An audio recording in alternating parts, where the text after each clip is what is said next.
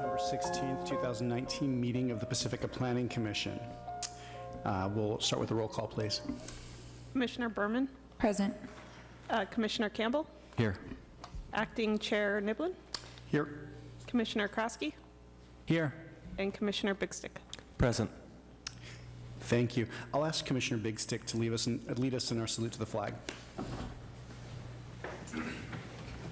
Pledge allegiance to the flag of the United States of America and to the republic for which it stands, one nation, under God, indivisible, with liberty and justice for all. Thank you, Commissioner Big Stick.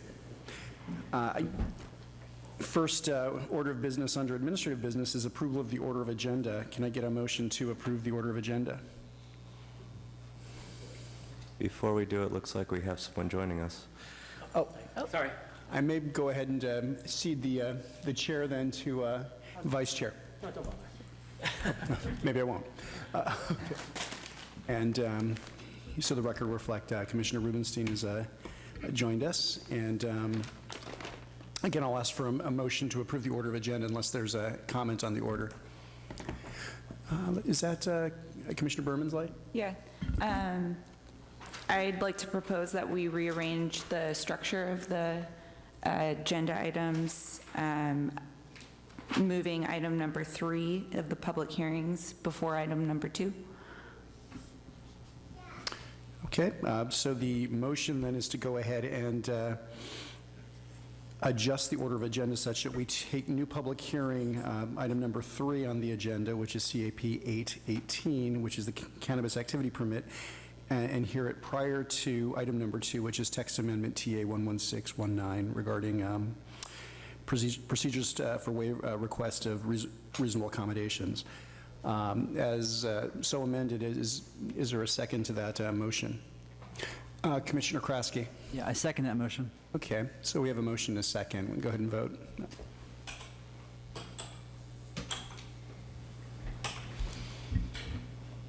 Okay, excellent. So again, the order of the agenda as amended is approved. Next item of administrative business is approval of the minutes for the meeting of August 5th, 2019. Any comments on the minutes or perhaps a motion to approve the minutes?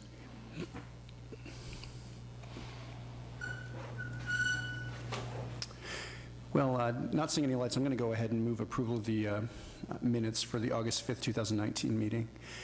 Commissioner Krasky? Yeah, second that. Okay, we've got a motion and a second. We go ahead and vote.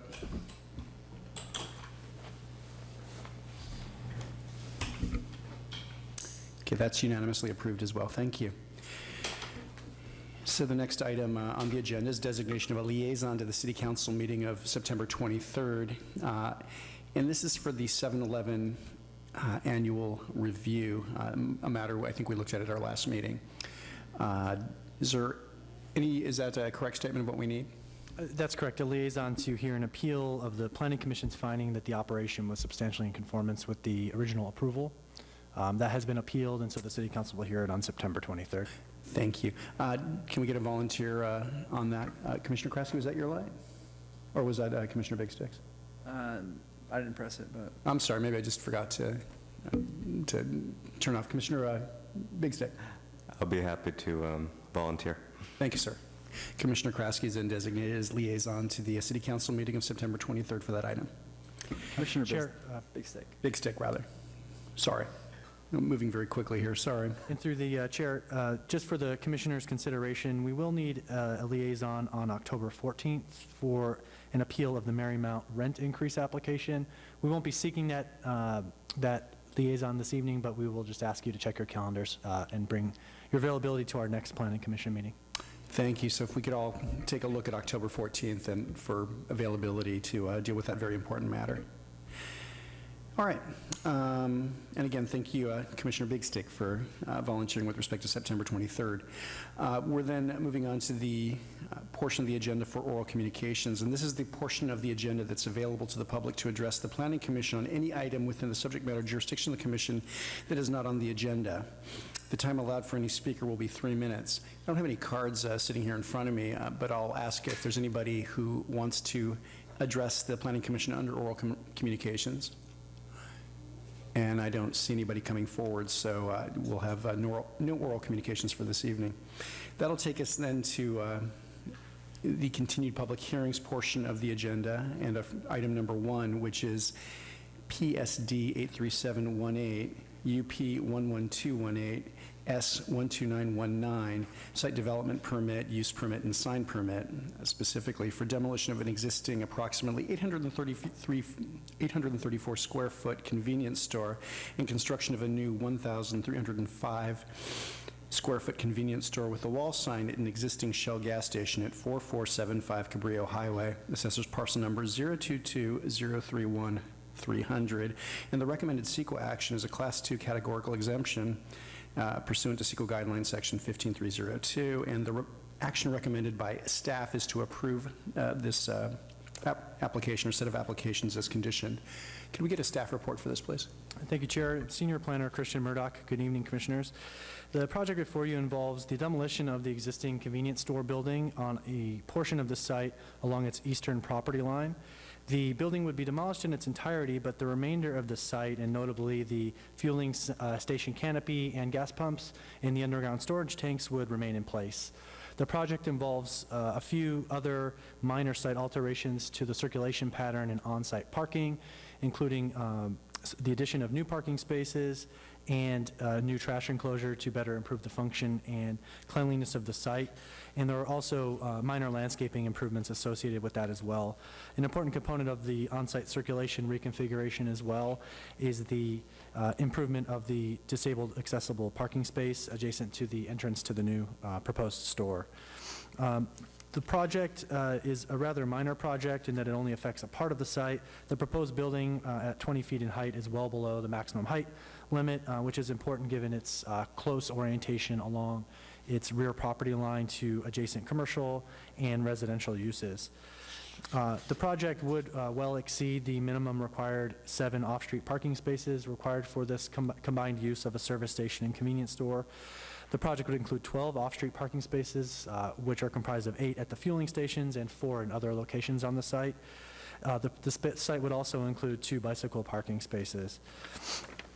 The project did have the potential, as identified in the staff report, to affect a heritage tree, but through the arborist report on the project and the specifics of the site design, staff believes it's unlikely, in light of the expert opinion, that the tree would be impacted.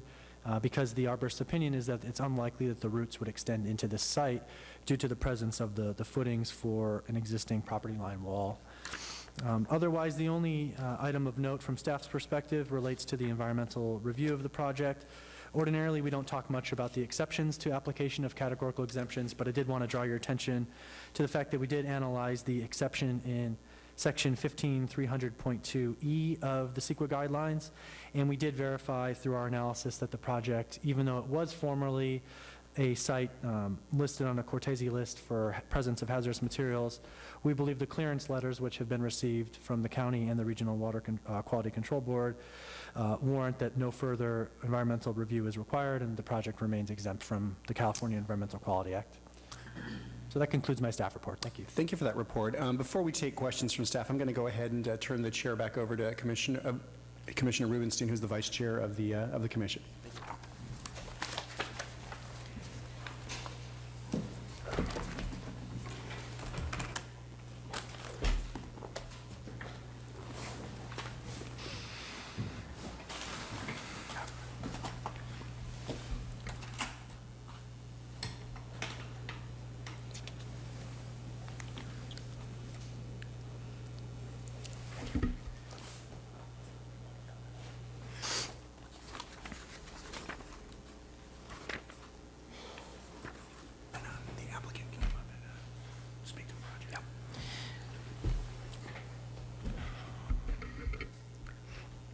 Does anybody on the commission have questions for staff? No. At this point, the applicant, oh, you do? Sorry. Yeah. Commissioner Bigsick? Sure, just a couple really superficial questions, but they're in my mind. There's a couple spots where the EV parking is mentioned, electronic vehicle parking spots. And I understand why in this instance they're not required. I'm wondering that under other circumstance, if this were a brand-new development, would electronic vehicle 2 spots be required, or how does that work?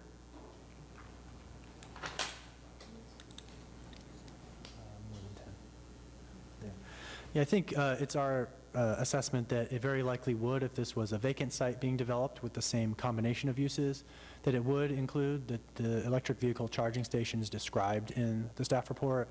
But given the threshold for partial improvements to sites or partial reconstruction in this case, we believe that it did not trigger the threshold for installation of those spaces. Okay.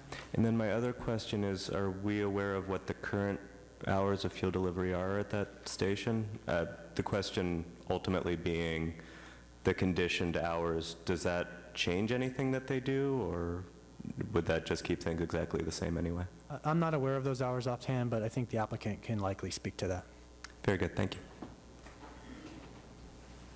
Commissioner Niblin? Thank you. Just a real quick question about parking. I noted that in terms of counting parking spaces, there's a requirement for 7, and 12 provided, although 8 of those spaces are actual fuel pump spaces. Is that kind of a common way or the way we uniformly count parking spaces in circumstances like these? It is. We don't deal in Pacifica with too many gas station projects, but those that we have dealt with, we do count the fueling station parking spaces as towards the off-street parking requirement. It's our assessment that most of the customers coming to the site are likely fueling their vehicles and then availing themselves of the services in the convenience store rather than independent trips to the site. Okay. Yeah, I've had that sort of experience sometimes where you show up at a fueling station, you wait 5 minutes while someone's gone in to buy coffee or something, and it is a little annoying, not so annoying that it would override what our standard practice is. That's why I was asking.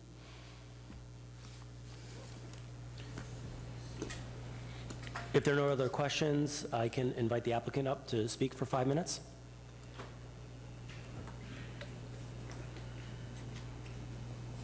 Chair, if it pleases the commission, we ordinarily offer up to 10 minutes for applicant presentations. Okay, you have 10 minutes. Good evening. My name is Muthan Ibrahim. I'm with My Architects Inc. On behalf of the applicant, I would like to thank staff for presenting the project tonight. We're excited to move forward with this project and reconstruct the convenience store located at the Shell gas station. And regarding the hours of operation or the delivery of the product to the gas station, it will be off-peak hours. So it's not going to be through the busy traffic of the day. Regarding the parking, 90% of the customers that comes to the gas station utilize the fueling positions to go to the convenience store and basically going on their way. And we read the conditions of approval, we're agreeing with it, and I'm here to answer any question you might have. Commissioner Niblin? Thank you. Sir, are there any limits on the hours for sale of alcohol at the convenience store, or is alcohol even sold there? I would like to defer this question to the property owner. He's here. Can I invite him? Yeah, go ahead. Please state your name. I'm Sunny Goyle with AU Energy. We own and operate this facility. To be honest, I'm checking on that answer. Okay. So I just texted it. So I can probably get to you within the next 2 minutes. Thank you. Commissioner Bigstick? Sure, and you said the delivery of product is there during off-peak hours. Just to hone in very specifically, there's a requirement, a condition about fuel delivery. And is that in alignment with what you're already doing, is the question?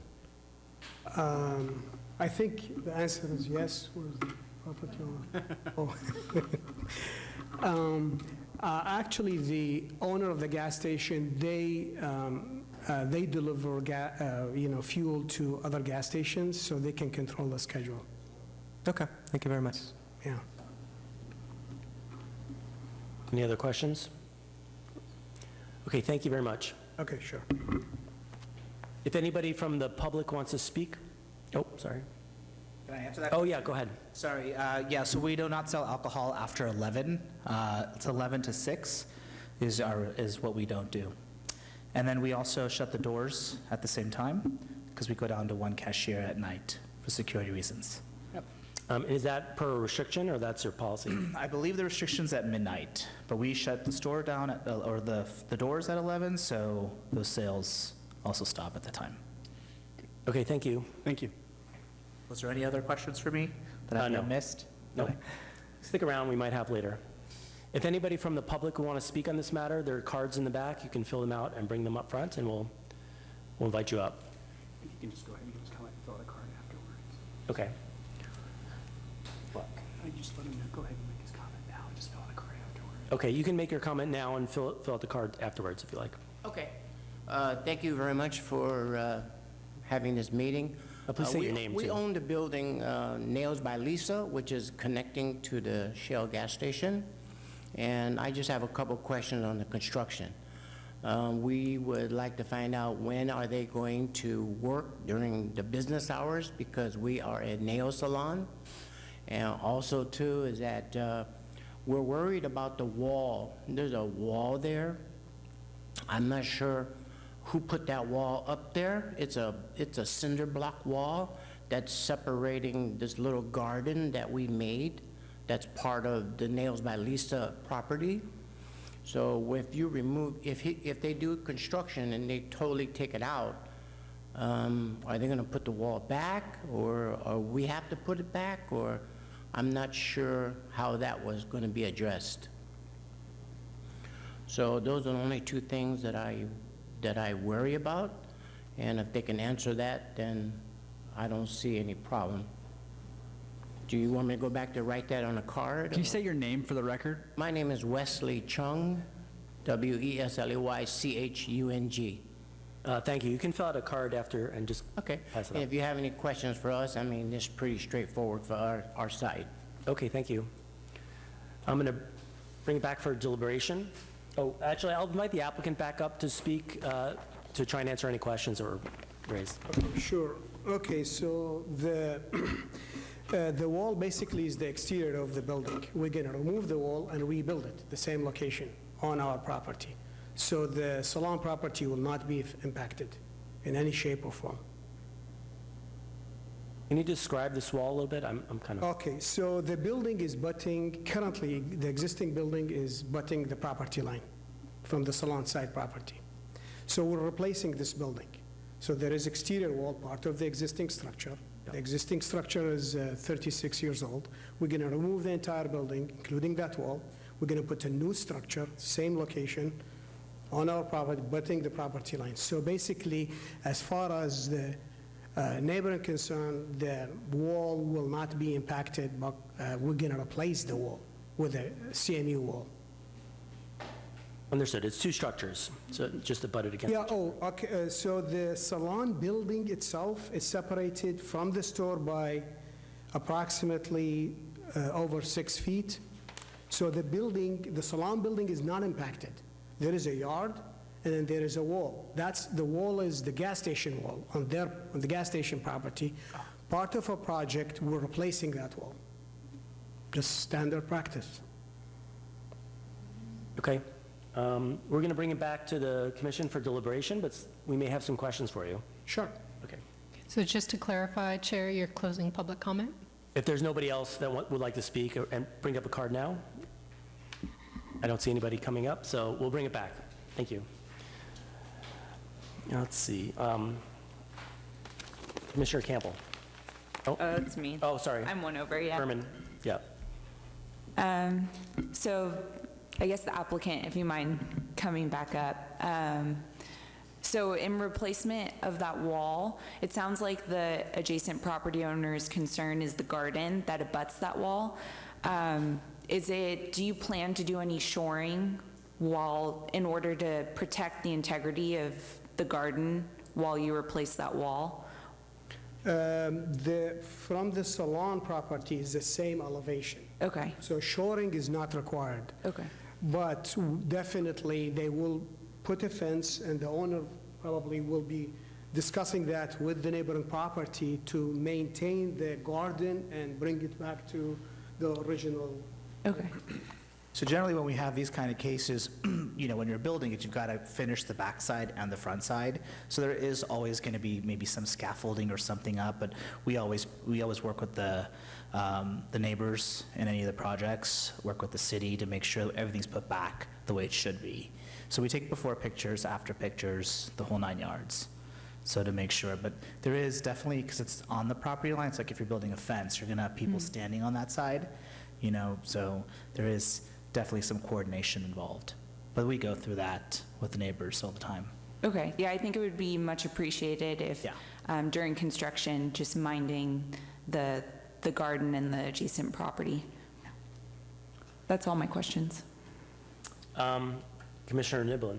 Thank you. A question for staff, and it was really just wanting to confirm, I'm sure it's in the conditions of approval, but the hours of construction and sort of the ordinary things that, we'd have in here that would sort of mitigate, impacts on adjacent landowners when it comes to construction. Sure. The construction hours are not ordinarily specified in the conditions of approval unless there was some good basis to further restrict them. They are a matter of city ordinance. They're 7 a.m. to 7 p.m. Monday through Friday. The weekend hours, I don't have offhand, but they're slightly lesser than that, I think, something like 9 a.m. to 6 p.m. We do have conditions of approval which require compliance with best management practices about site control of sediment travel and silt and so forth. And so we think those best management practices meant for stormwater control likely are going to maintain a clean job site for the adjacent neighbor as well. As far as impacts to the operating hours for the adjacent business, there's really not a lot to be done through the standard hours of construction to control that. So that would be up to the commission to consider if there was other concerns about those hours. Thank you. Commissioner Kraske. Yes, I had a question about this wall we're speaking about. Is it the same wall that is abutting the Monterey cypress tree on the corner of the property? Can you repeat the question again? I'm sorry. Yes, this wall that we were speaking about earlier, is it the same wall that is abutting the Monterey cypress tree in the corner of the property? No, are you talking, if this is a Monterey cypress, no, it's the opposite side. Okay. Yeah. So is that wall by the Monterey cypress going to be removed, or is there going to be an excavation there? See this tree right here? So, yeah, so that. Yeah, this wall we will replace, yes. That's a building, that's a building Yes. wall. Okay. And so during removal here and excavation of this area, it seems like in our packet on page 74, there's going to be an arborist on site during this excavation to make sure that the roots of this tree Yeah. are not damaged. Have an arborist report. Yes. Okay. Yep, I just drive down daily on Fassler, and I have to say this tree is a nice, it's a good-looking tree in the skyline, so wouldn't want to see this tree get destroyed by this development. Commissioner Bigstick. Sure, I had a similar question about hours of operation, specifically to clarify for the neighbors. And since it doesn't sound like right now we're putting a condition in on our end, do you happen to have an idea what the operating hours of construction are going to be, or is that come later? For the construction? Yes. So the construction is usually till about 3 or 4 o'clock because of people's drive times and hours of working limited to being 8 hours. So it's usually 3 or 4 o'clock they stop, and they start around 8. They usually get on site around 7:30, and then half an hour to get their stuff out, get their tools out, get situated. But usually it's not before 8, given the drive time in the Bay Area to get to places. And that's 8 o'clock in the morning. 8 o'clock in the morning, yes, Yeah. till about 3 or 4 o'clock in the afternoon. And then again, that's just because people have to get home, so. Sure, thank you. Commissioner Campbell, please. Yeah, I just wanted to get a little clarification on the charging station issue that Commissioner Bigstick had raised. So I see it's not going to be required under code because it's this development is not a major alteration or a new construction under the code. And I heard the applicant say they're tearing down the whole building. So can you just explain that a little bit more for me? Sure. So the staff's assessment and reasoning in concluding that the electric vehicle charging stations were not required was in looking at the off-street parking requirements. We look at the totality of the site and the totality of the uses. When you look at it on a site basis, a very small portion of this site and only one of several uses on the site is being affected by this project. And so given the small footprint and the fact that it's just one of multiple uses on the site, it was our interpretation of our ordinance that it did not trigger the new construction threshold for purposes of the EV charging stations, even though for the purposes of the site development permit, this is new construction in the sense that the building's being demolished and rebuilt. So it's understandably difficult to follow in that we're applying different standards based on different codes. So in the sense of the electric vehicle parking station, electric vehicle charging station, and the parking requirements applied on a site basis, we believe the site is not being substantially redeveloped. It's just the one portion of the site, and that's what supported our conclusion. I appreciate the reasoning, and I just raise it because I'm worried about the application of that reasoning maybe to other sites where maybe other developers of not of gas stations, but just of other commercial, basically remodels or complete demos use that similar type of reasoning to avoid putting in EV stations because they're maybe only demoing the building but not the entire parking lot or something like that. So I guess maybe it's a question for council, maybe it's a question for you as to how much someone could use this type of reasoning to create a loophole to prevent EV charging stations being placed in new development going forward in Pacifica. I would hate for that to happen because of what we're doing here tonight. Certainly, every application is reviewed independently, and so there isn't a reference to prior applications when considering what is in front of you. There is a requirement that we treat everyone the same under the applicable law. So if the law is the same, we have to apply it equally to applicants. But every application is reviewed independently. So Senior Planner Murdoch has mentioned that he reviewed the code and considered all of the facts related to this application and determined that the electrical vehicle charging stations were not required under the code. And I believe it's section 9-4.2818. And I think to supplement that, I explained the primary reasoning. I think a secondary issue is that we have the term major alteration defined in the parking standards. And even if we did consider this a major alteration, it would have to be 20,000 square feet or more, or new development. I don't think the facts support that, but even a major alteration, projects of relatively small scale overall of less than 20,000 square feet would not be subject to this requirement in any case. And so I think it limits the opportunity for folks to game it. It's a very factual, fact-specific analysis where they either are or they are not affecting a large enough area to be subject to the ordinance. So I don't know that it's quite subject to creative gaming. It's a clear quantitative standard. Thank you very much. I really appreciate the explanation. Are there any other property owners or landowners or business owners that are impacted by this that are not represented here today? Do you know about?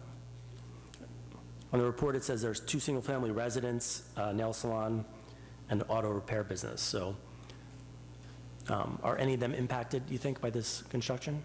No. Okay, my only comment is to continue working with the nail salon and your neighbors on the construction logistics and have a good project if we approve it. Sure, thank you very much. Okay, I'm going to bring it back to, if there are no other comments, I'm going to bring it back to the commission for deliberation. Commissioner Niblin. Well, I thought the staff report did a very good job of laying out the various matters at issue here, and I think hearing from both the applicant and the adjacent business owner has satisfied me that we have what we need in order to move forward with approval of the project. I'm in favor of it, and I'm prepared to make a motion. Commissioner Campbell? Yeah, similarly, I'm comfortable with the project. I do know, I know of folks who use that nail salon, and I know I'll hear about it if they're unhappy. So I hope that doesn't become the case. Otherwise, I'm in favor of the project. Likewise, I'm in favor of the project as well. I think, any other comments? Would anybody like to make a motion? I'll go ahead and make the motion. I'd like to move that. You're good.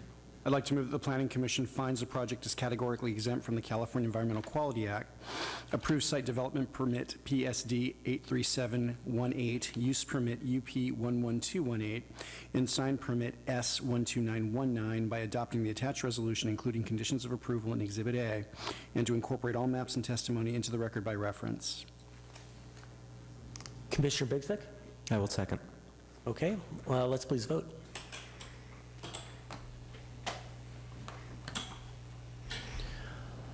Congratulations, you have a unanimous approval for your project. Good luck. Yep. Okay. Next on the agenda is file number 2009-019, text amendment TA. I'm sorry. Oh, we're skipping that one. Before Commissioner Rubenstein got here, we changed the order of agenda. I'm sorry, I should have told you that. That's fine, yeah. Okay, so we're going to have a new public hearing now for file 2008-029, cannabis activity permit, CAP 818, to establish a medicinal and adult use cannabis retail operation within an existing commercial building at 450 Don D. Way, Suite 2. Recommended CEQA action, Class 1 categorical exemption, CEQA guidelines, Section 15301. The recommended action is approve as conditioned. Staff report, please. Good evening, Commissioners. I am Associate Planner Bonnie O'Connor. The item before you is the 5th cannabis activity permit to be considered by the Planning Commission under the city's cannabis business program and enacted in 2017. The cannabis activity permit, or CAP, was formerly referred to as a marijuana use permit. The city's program consists of 3 phases of review. Phase 1, a background check investigation, and Phase 2, a security plan review, are processed by the police department. Phase 3 is the current and final phase, which requires Planning Commission approval of a cannabis activity permit. The Planning Department staff work closely with the police chief throughout Phase 3 to carefully review this application against the requirements in the municipal code. The application before you would be for a medicinal and adult use sales cannabis retail operation at 450 Don D. Way, Suite 2. The operation would be located within the Rockaway Beach Overlay District and would maximize the allowed cannabis retail operations allowed within this district. The subject site is an existing 2-story retail commercial suite within a multi-unit commercial development. The first floor contains the customer waiting area, and the rear area, the first floor, would be the cannabis dispensing area. A partial glazed partition separates the 2 areas, but a condition of approval would require additional separation of the spaces to meet the secured requirements of the municipal code. The second floor mezzanine area, which is accessible by interior stairs that land near the front entrance, would be used as an office and staff break area, as well as additional secured stock storage. A condition of approval is recommended to require an acceptable barrier to be constructed to prevent public access to the second floor. The proposed operation would be open daily from 10 a.m. to 8 p.m. Existing parking is provided by the off-site parking lot across the street from the unit. The applicants have proposed a uniform and armed security guard on site during business hours. Part of the security guard's duties would be to discourage loitering and consumption of products at the store or in the parking lot. A total of 14 security cameras are proposed to monitor the business. Cell phone use would be prohibited within the business, and excess stock would be secured in an electronic lock commercial security safe. A condition of approval would require that additional glass be added to the front elevation of the storefront to meet the requirements of the municipal code. As explained in the staff report, the Chief of Police for the City of Pacifica submitted a memo to the planning staff regarding his experience with the applicant and her previous business operations. As a result of the police chief's experience, staff recommends that the Planning Commission consider a condition of approval of enhanced monitoring of this applicant for an appropriate amount of time to ensure compliance with all Pacifica Municipal Code requirements and conditions of approvals imposed on this permit. Finally, the applicant, a sole proprietorship, has requested that the CAP be issued to her as a single-member manager limited liability company. The municipal code identifies any attempt to transfer or any transfer of ownership to or control of a cannabis operation as grounds for revocation of the cannabis activity permit by the Planning Commission. However, because of the beneficial ownership and control of the cannabis operation would remain the same if the form of the business entity would change from a sole proprietorship to an LLC, staff finds that there would not be a transfer of ownership or control under this applicant's proposal. This would remain true with the meaning of Pacifica Municipal Code Section 9-4.40804, subsection E3, provided that the LLC adds no additional members with 20% or greater share of interest, and provided the applicant retains 51% or greater ownership of the LLC. A recital in the draft resolution of approval, as well as a condition of approval, would recognize the applicant's intent and state the limitations. I would just like to add that staff has received mention that a public comment from a neighboring business owner has been received in support of this business. And that concludes my staff report. In summary, we recommend that Planning Commission find the project exempt from the California Environmental Quality Act and adopt the provided resolution to approve the cannabis activity permit. And I'm here to answer any questions. Great. Thank you, Bonnie. Does anybody have questions? Yes. Oh, okay. Commissioner Berman, you're up. So Associate Planner Bonnie, you mentioned that there's some enhanced monitoring that staff is recommending for the site. Can you elaborate on what that would entail? Yeah, the monitoring that we provided in result of the Planning Commission's, or to the police chief's comments, are detailed in condition of approval 20, thank you, on page 166, thank you. And basically, it just allows the city to do inspections without advance notice, have access to a live streaming of the security system, and provide quarterly compliance reports to the city. Okay, so nothing in addition beyond the conditions of approval is being recommended? That's correct. Okay, thank you. Commissioner Campbell? Yes, in the staff report, my understanding is the City of Pacifica had to file a lawsuit against the applicant to actually close this business while it was operating illegally. And then they entered into a settlement agreement in June 2019, and it says in the staff report that the terms of the settlement agreement, quote, among other things, require the applicant to make scheduled payments to the city. What are the among other things?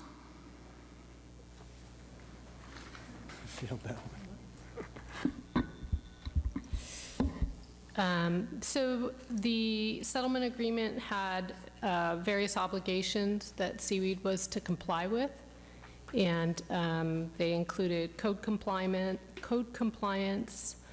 payment provisions, enforcement provisions, et cetera. And the settlement agreement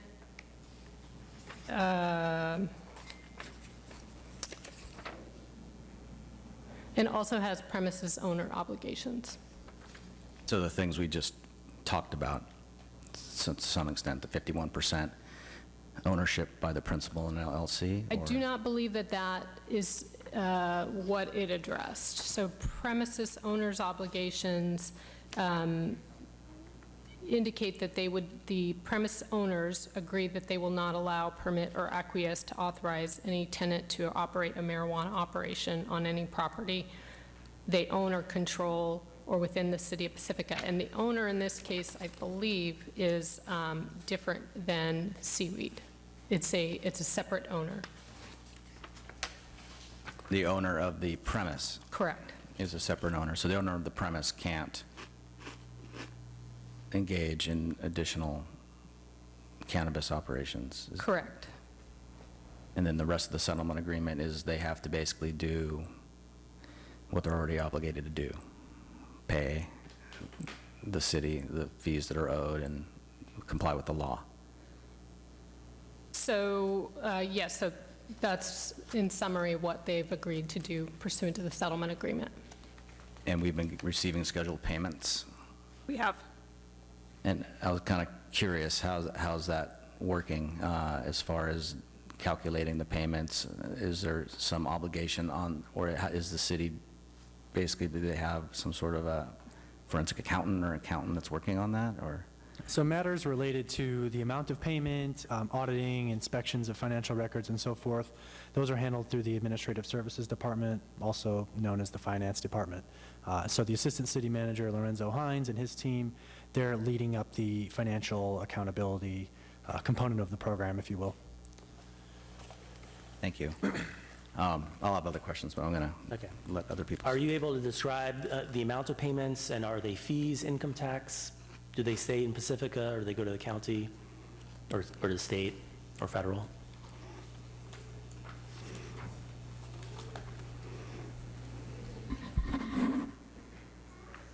Well, I mean, I can just read the payment provisions. It may just be easier for me to read the payment provisions from the settlement agreement. Okay, thank you. And, okay, so it's in the settlement agreement, section 2. Section 2, subpart 2, under Seaweed obligations payment. Seaweed will pay the city $42,000 as compensation for the expenses the city has incurred to date in this enforcement action. Payment in the sum of $10,000 shall be made to the city within 20 days of the City Council's final approval of this agreement, which approval is estimated to be made on or about May 28, 2019. The city will promptly notify Seaweed in writing of the City Council's approval. The balance of $32,000 shall be paid in 24 equal monthly installments commencing 45 days after the City Council's final approval of this agreement.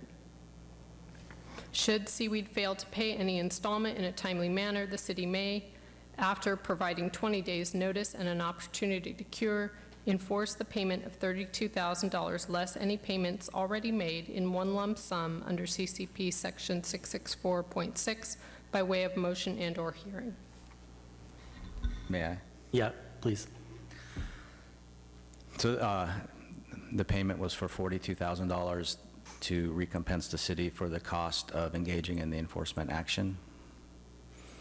And that's what we're, is that the total sum of monies that we're getting pursuant to the settlement agreement? Correct. So they paid a lump sum of $10,000, and then they're making payments in 24 equal monthly installments. And then as far as the income that they made while they were operating a business illegally in this town, was that part not part of the settlement agreement, or is that in another agreement? This is the only settlement agreement that the city has entered into with Seaweed. So we're not seeking that money. I know you're probably bound to some settlement confidentiality, but we're not seeking that, the past profits. We're not disgorging This illegal. settlement agreement contemplates settlement of the code enforcement action. And my understanding is that That includes disgorgement of illegal profits, and I'm not sure what you mean by illegal profits. that includes getting some of the money that, some of the sales tax and things that the city would have otherwise been owed, or some of the city fees that would have otherwise been owed. what I thought you were saying was that it cost $42,000 in attorney's fees to prosecute the enforcement action, but what I'm hearing now is maybe that $42,000 was for something else. Well, that was certainly contemplated, and the city took that into consideration at the time that the settlement agreement was drafted. It was contemplated and you took into consideration that, how much were the attorney's fees in this case? Was it 40, I don't was it know. 42,000? I guess, we're kind of see where I'm going. Did the city make efforts to collect on past I know profits? that the settlement agreement was a result of much staff discussion and discussion with council, and so everybody was involved in considering all of the elements contemplated in the agreement. Okay, maybe I'll just have a question with the applicant just to get clarity. Thank you, Yeah. appreciate it. I don't want to belabor it, but one more question. Was the amount of the agreement as a result of a negotiation with the applicant, or was it calculated, costs of prosecuting the enforcement action and maybe penalties? I'm just curious, or was it less than those actual costs? Well, it was a negotiated settlement. Okay. Commissioner Bigstick. Thank you. I'm going to go to a similar place, but before I do, let me get a couple things out of the way. First of all, I hit my light before we began, and if I thought it was substantive enough, I would have raised my voice also, but I did want to indicate that I had a brief meeting with the owner of the business before I was on commission, before I intended on being on commission, and it does not in any way affect how I'll be voting tonight. I feel like it's important just to raise this footnote on the bottom of packet page 150, which, and correct me if I'm wrong, Attorney Bazzano, I believe indicates that we're not factoring the litigation into our decision-making tonight, if I understand that accurately. The settlement agreement also states that the applicant cannot be denied on the grounds that the applicant is, one, involved in a pending litigation or code enforcement case filed by the city, two, has been cited, fined, penalized, or enjoined, or three, owes an outstanding balance to the city where the basis for such findings is existence of the lawsuit.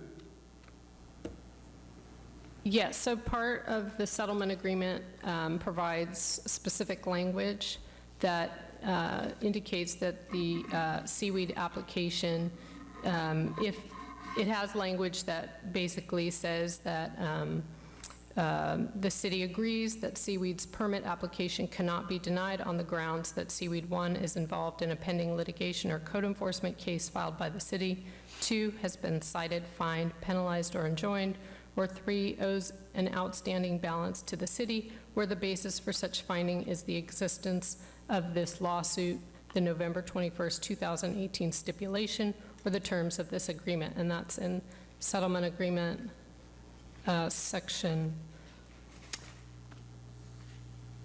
C2.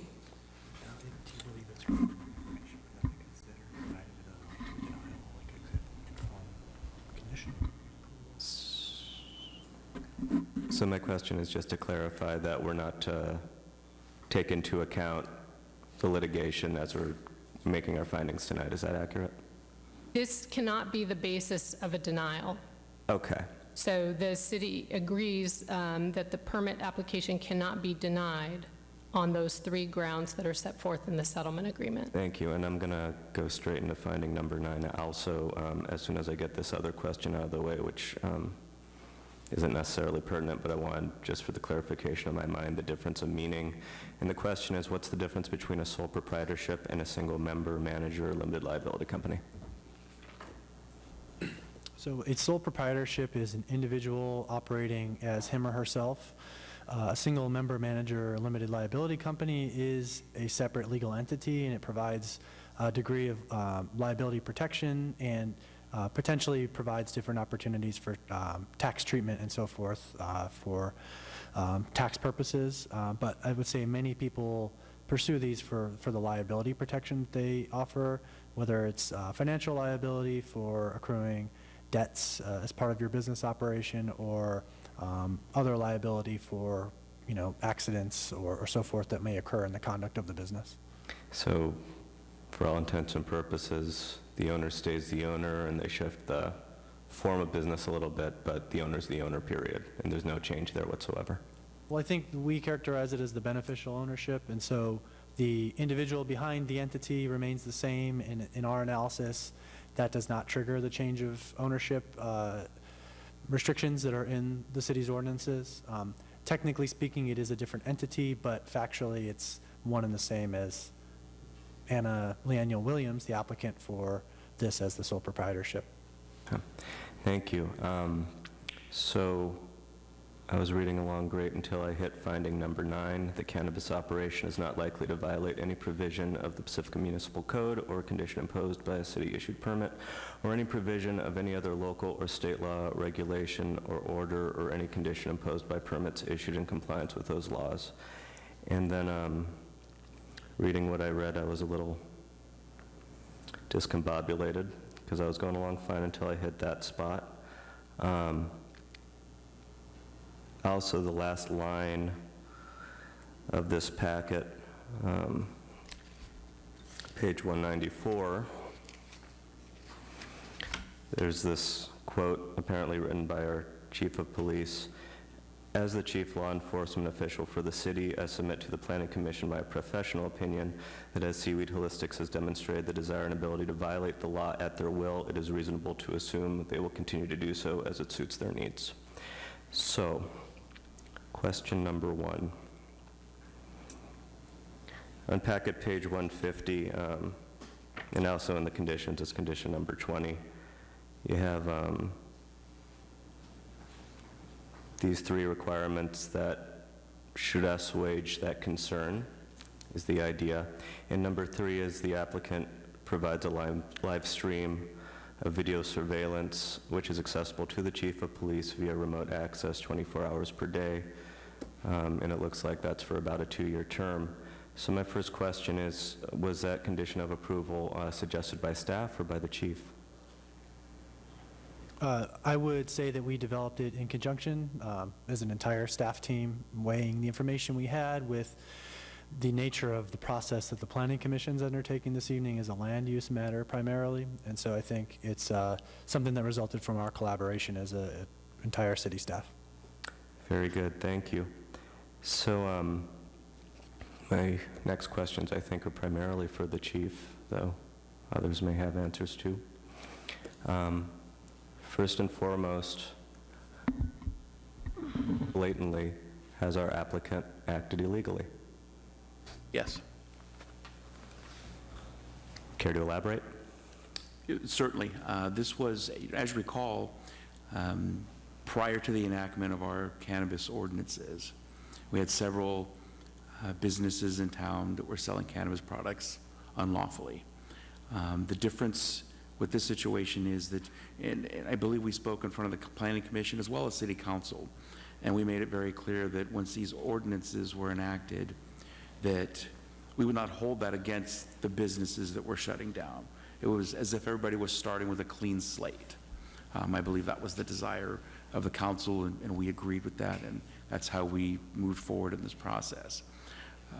The difference in the two is this particular business opened up unlawfully after the enactment of the ordinance, after a meeting with myself, after the ordinance was explained, and after they were admonished already that they were not to do that. They would be acting unlawfully if they did so.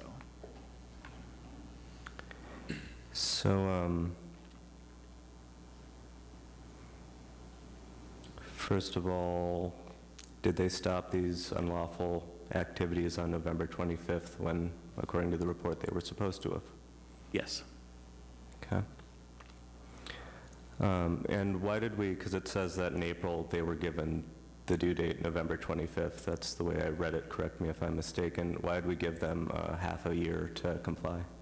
Well, I'll let the city attorney elaborate on that if she chooses. However, once the legal process takes some time, it's not immediate. The legal process wasn't completed in April.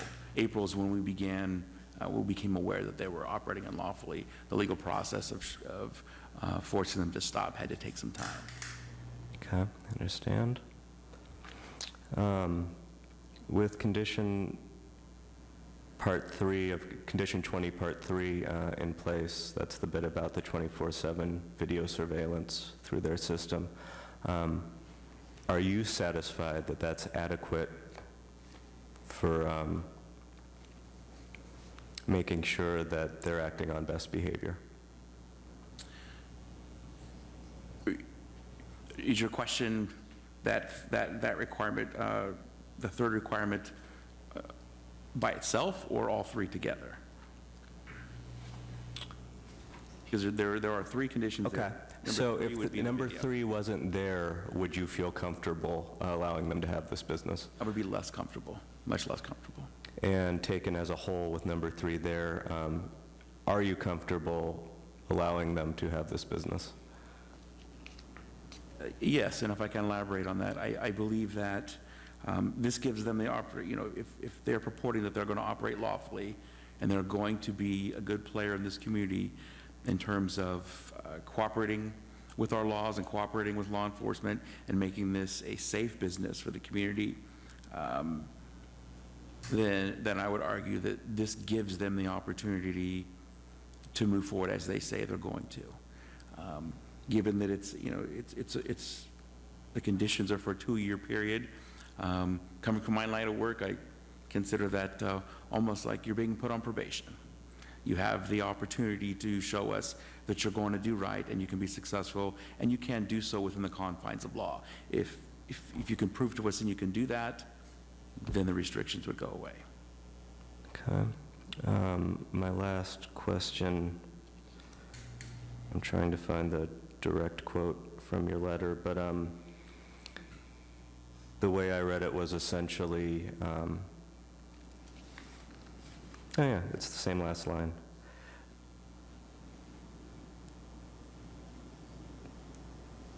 Are you concerned that they might violate the law in a way other than the way the law has already been violated?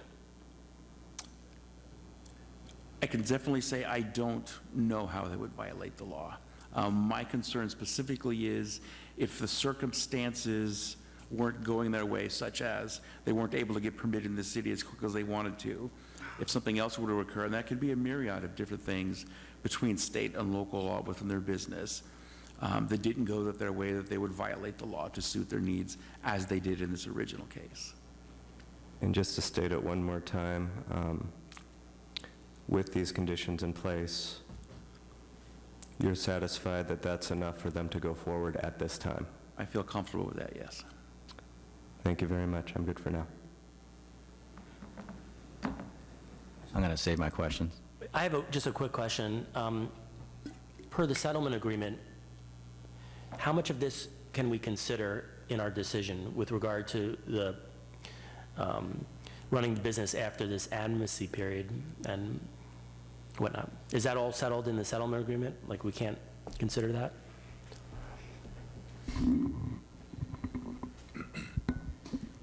So I've read to you the 3 provisions that are in the settlement agreement, which cannot be a basis for denial. Other than that, there's no other restrictions. Okay, thank you. Commissioner Niblin. Well, thank you. Just a couple of very quick things, and I do appreciate having the language from the settlement agreement. And I think it's a little bit of a little subtle because clearly one of the things we're not supposed to consider, cannot serve as a basis of denial, is the involvement in pending litigation or code enforcement case. And of course, it's the underlying conduct that gave rise to the litigation in the first place. So there's a little bit of a tension there, I guess. I mean, it sort of suggests to me that the underlying conduct that's sort of folded into the litigation that we're talking about is kind of encompassed in something we're not supposed to consider. But again, that's sort of an interpretive point that I'm having a little bit of a difficulty with. And I guess the other question is really more of I guess the last thing was a comment more than a question, was back to the chief, and I appreciated your very specific candor with respect to your level of comfort with respect to the conditions that we currently have here, and that putting you in a more or less comfortable place. I think one of the things that I'd really be interested in is whether or not there's any additional conditions above and beyond those that are articulated here that would materially increase your level of comfort, recognizing that you're comfortable even now Just, again, be interested in your thoughts on that. Commissioner, as they stand, I feel pretty comfortable. Staff did give this quite a bit of thought, what else we could do in terms of conditions to feel more comfortable. I mean, these are some, to me, they're pretty significant. You know, the applicant would be allowing us to look into their business, as well as, you know, as you know, our municipal code says that with notice, we can inspect them when they're open. This specifically says that the first condition, or says that we can inspect without advance notice. Right. You know, if they're willing to do that, to me, that one's a pretty big one as well, to my, increasing my comfort level that they're willing to be inspected without notice, and we can walk in and check. All right, well, thank you, Chief. Again, I imagine there are probably all sorts of things you could do incrementally to increase comfort, but I think it sounds like materially the important things are there. Yeah, it is. And in considering this, we don't want to put too much on the business to set them up to fail. Agreed. Okay, thank you. Commissioner Campbell? I guess just similarly along those lines, please, Chief, are you going to be expending additional funds to be monitoring the security cameras and anything else you might think of? No, I think the funds that we would expend as far as looking at the cameras, I think that's negligible. And any inspections that we would be doing, we were going to be entering in a contract with a consulting service to assist us with that, and those fees are already considered in the new fees for the renewal for the cannabis businesses. Thank you. Just one other quick question. So the notice of this public hearing was on September 4th, so that's when this kind of thing was put together. But so you were engaged in discussions with staff after that, and after you wrote your memo on September 6th, and that's kind of when we kind of got to where we are with your comfort level in the last few weeks? Yes, within the last few weeks. Okay, thank you. If there are no other questions from staff, I'd like to invite the applicant up to speak for 10 minutes. But as I do so, if there's anybody that would like to speak, please fill out cards and bring them up. That'd be helpful. Thank you.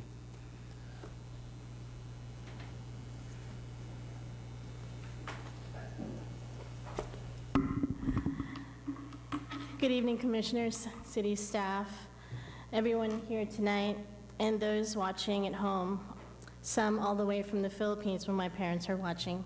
Hi, Mom. My name is Anna Leanya Williams, and I thank you for this time to present to you my business. Please allow me at this time to introduce Olivia Cooper, our oldest daughter, who will take us through the presentation tonight.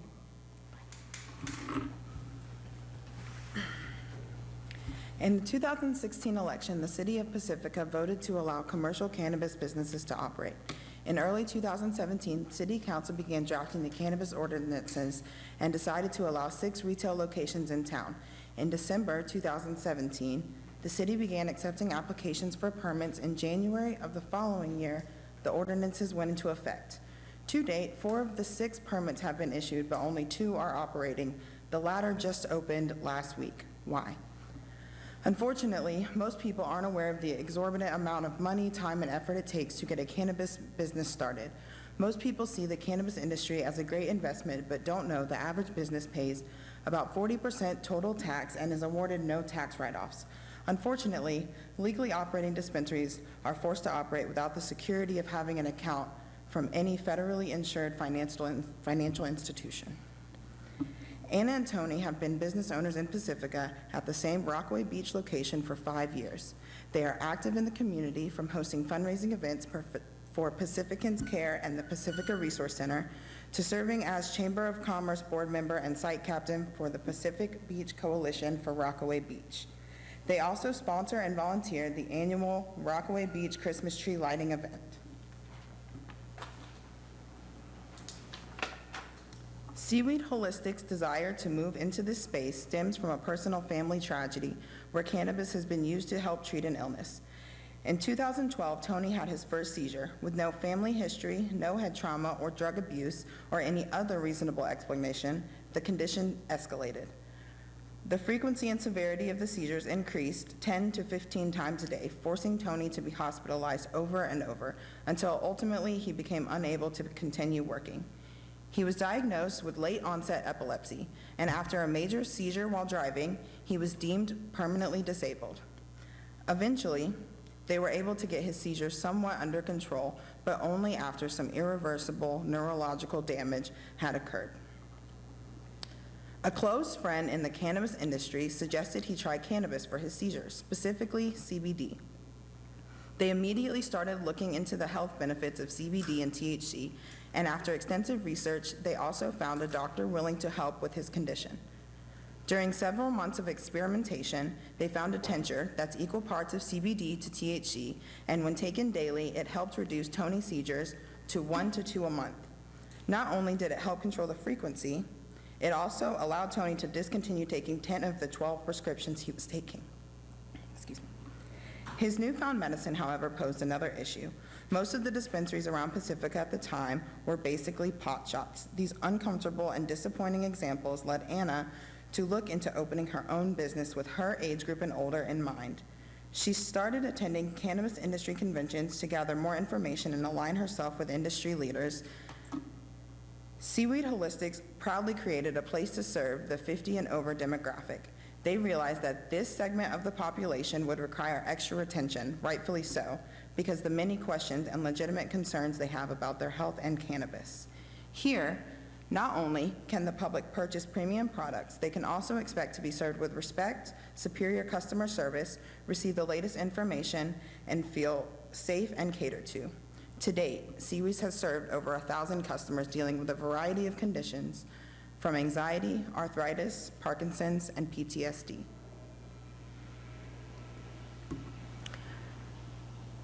The shop has an open floor plan with a waiting lobby and a few service areas downstairs.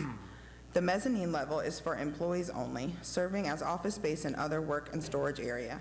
The stairs leading up is roped off to prevent customer access.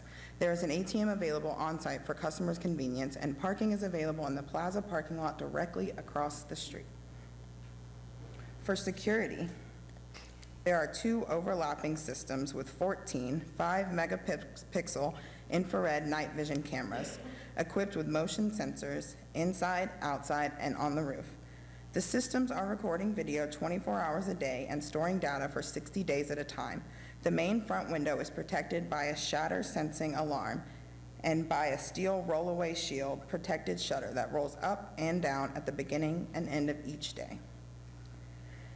The shop is monitored at night live by Bay Alarm Surveillance and is tied directly to the police station, conveniently less than a mile away. COVA is the point of sale choice for Seaweed Holistics. It is industry specific for cannabis retail and is track and trace compliant with the state of California. COVA runs on digital tablets and displays the menu on flat screen monitors throughout the shop.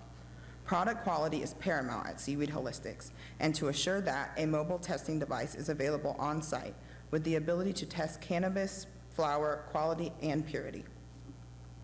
The product offerings currently range from CBD tinctures, pain creams, transdermal patches, essential oils by doTERRA, dried herbs, shaga and turkey tail mushroom, infused beverages, and a number of other hemp-derived products.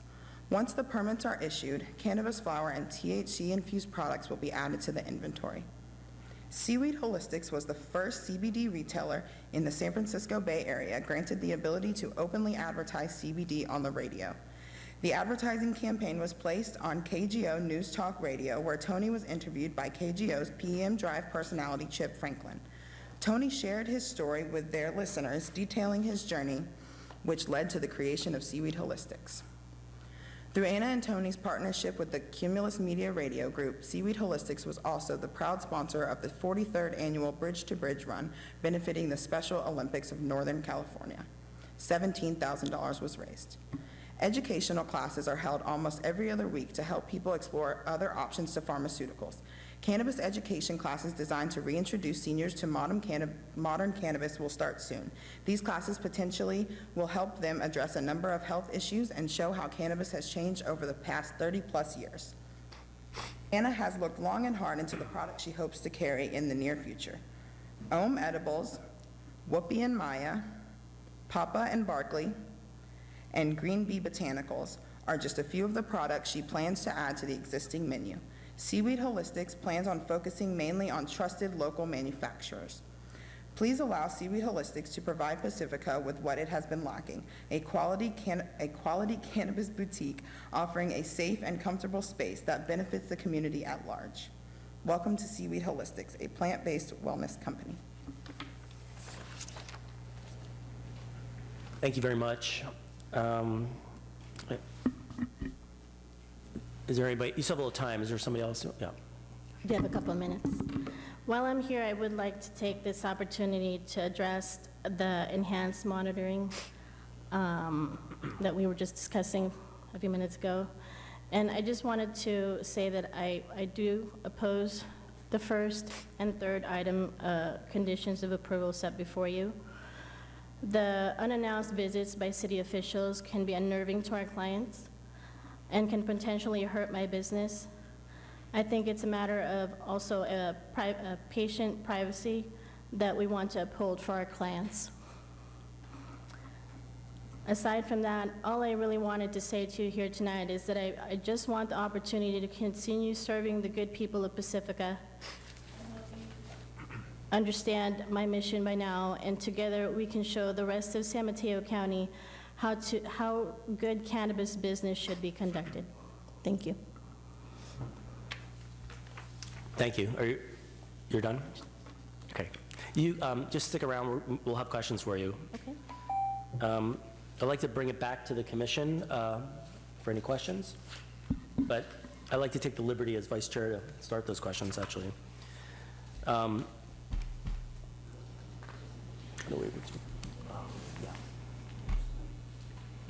Public comment. Yeah, it's public comment. There's no, oh, do we have any cards? Sorry.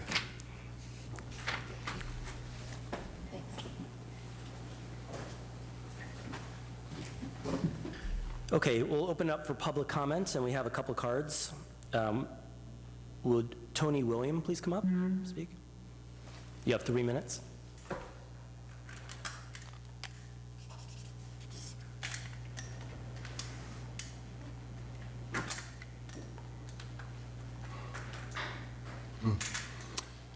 Hi, Commissioners. I'd like to thank you so much for the time. First, I'd like to address a few of the comments that were made earlier in reference to cases against seaweed. The case where we had the attorney's fees, that case has been settled, and payment has been made, and payment is continually being made. And as far as the statement from the chief of police, we were operating under Prop 215 at the time, and we had a viable collective which we had created in the specified amount of time from the state. So all of the confusion that we were operating under at the time was a big misconfusion between what was the sunset clause and what was not. We were not openly operating unlawfully, and I'd like to just make that known. And that's another reason why we weren't shut down right away, because we went back and forth with the city to, trying to decide whether or not the sunset clause was in fact viable or not. And our agreement came in November when we took THC off the shelves, and we agreed with the city that we would do that. Everything during that time that the city requested of us, we did. The city came in and asked for certain things, we gave it to them. The city, the police have actually been in our store twice to use our cameras, which we are more than welcome, Chief, to give you access to. But they've come in our store twice to ask to use our cameras for crimes that have happened outside the store, because our cameras take pictures in the video in the parking lot also. We have no problem with giving the police access to our cameras at all.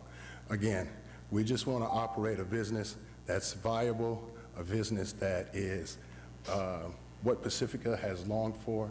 And I'm sorry, don't agree with the way that you presented my wife as a criminal before, sir. And I just like to just say no. Thank you.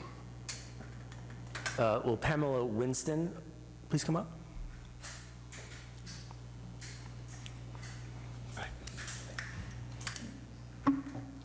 Good evening, City Council members, and I almost want to congratulate you for definitely being forward with thinking about our taxes and thinking about what's happening in Pacifica with the cannabis stores.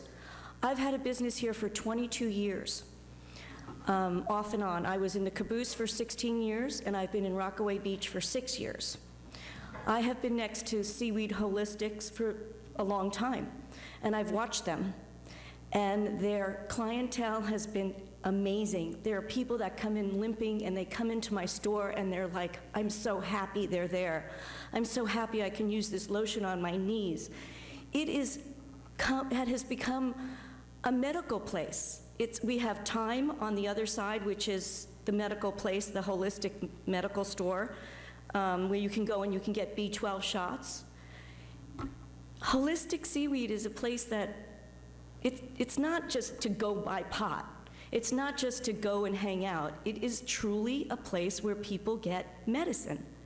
I've seen people that have come in bald in my stores, in my shop, and they've needed their wigs, to put on. I've made head wraps, and I said, wow, what brought you down here? Was it my store? And they would say, no, I came here to get medicine so I could eat, because I can't eat anymore. I'm on chemotherapy, and I've lost my appetite, and I'm just so proud of them because they've come such a long way.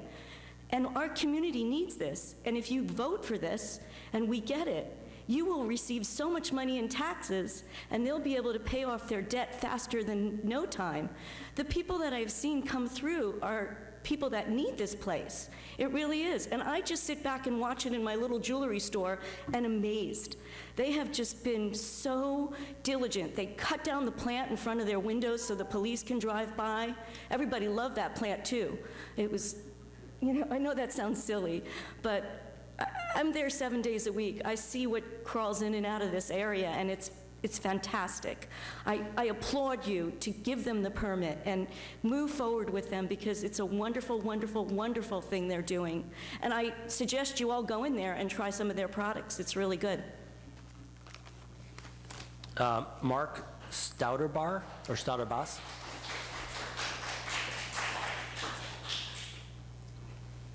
Thank you, Council. My name is Mark Stoutenbauer. I am a resident of Pacifica and a business partner of Seaweed Holistics. I produce and manufacture a beverage that is non-THC based. It's CBD based, and have been working with Anna for about a year now, and I've seen the impact that not having THC has done on the business. But first, I'd just like to say, that they have had a significant dip in their business, but despite all the obstacles, have always paid their bills, have always made extraordinary efforts to come whole, even though they've faced extraordinary challenges in their business recently. And I just ask that us, the City of Pacifica, and the Council recognize the gray area that has been existing in the world of cannabis and CBD, and the people who have fought the fight where there maybe have been some unclear skies, and they've fought through it, that they've tried to do it the right way the whole time, and that we reward the people who have ridden kind of the tough tide to get here, and not just kick them out of the business and let somebody come in here in a month or two brand new unscathed. They've been through all the battles that this gray area of us legalizing cannabis and CBD and THC has been through, and they've done the best they can through it all. And I think that we should recognize people who have been through that fight and not focus on the punitive, but focus on collaboration on how to get them to be a profitable business in Pacifica. Thank you.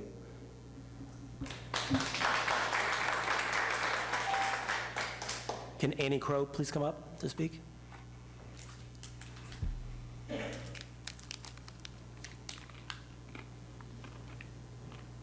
Hi, my name is Annie Crow, and I'm a retired nurse.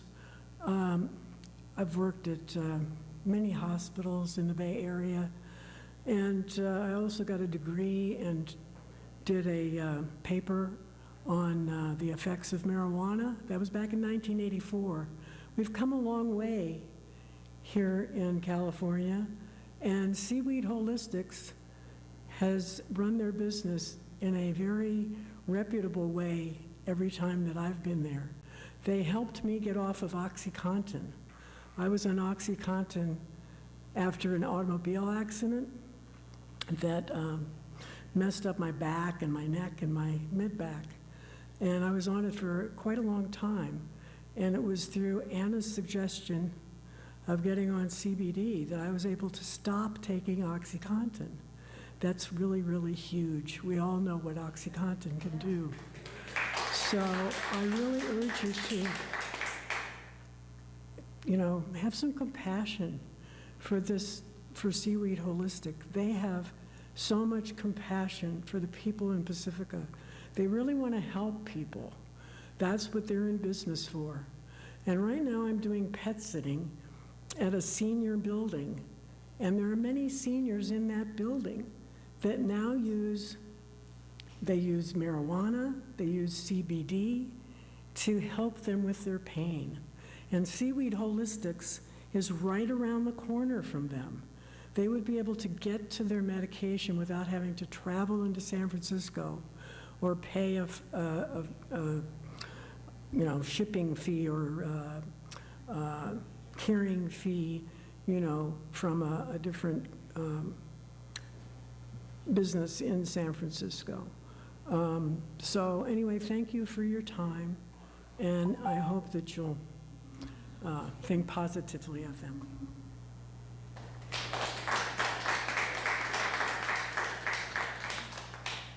If anybody would like to speak, please bring up a card. We don't have any more cards up here. You can just give it to staff and they'll pass it up.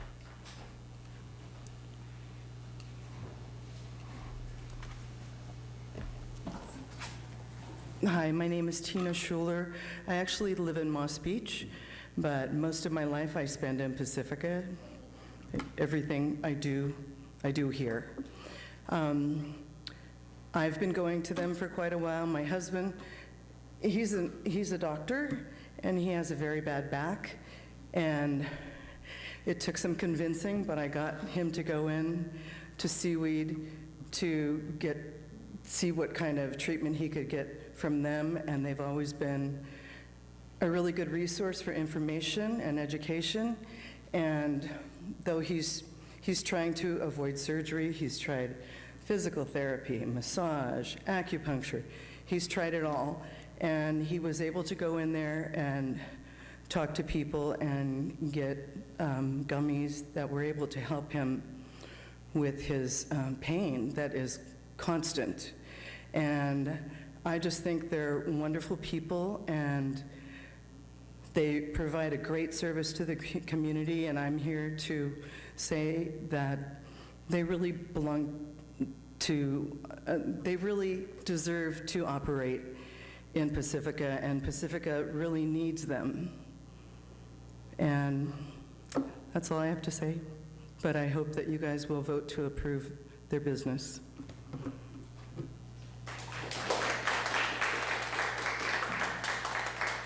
If there's anybody else that would like to speak, please give a card. We don't have any more. Okay, there's nobody coming up. I'm going to bring it back to the commission for questions. But yeah, I'm going to let you guys, because I have a bunch. So, okay, Commissioner Niblin. Thank you. Given that, I guess, public comments closed, it's come back to the commission. Yeah. You didn't give the applicant an opportunity to rebut. Oh, And since sorry. there was considerable public comment. Yeah. That may be Okay, so it's going back to the public, and if the applicant would like to rebut or discuss any of the questions that were raised, please come up, and you have 5 minutes.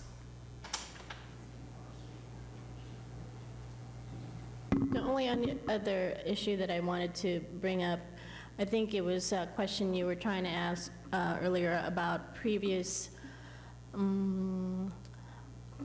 business profits that were done before the settlement of the case. We did pay taxes on those income.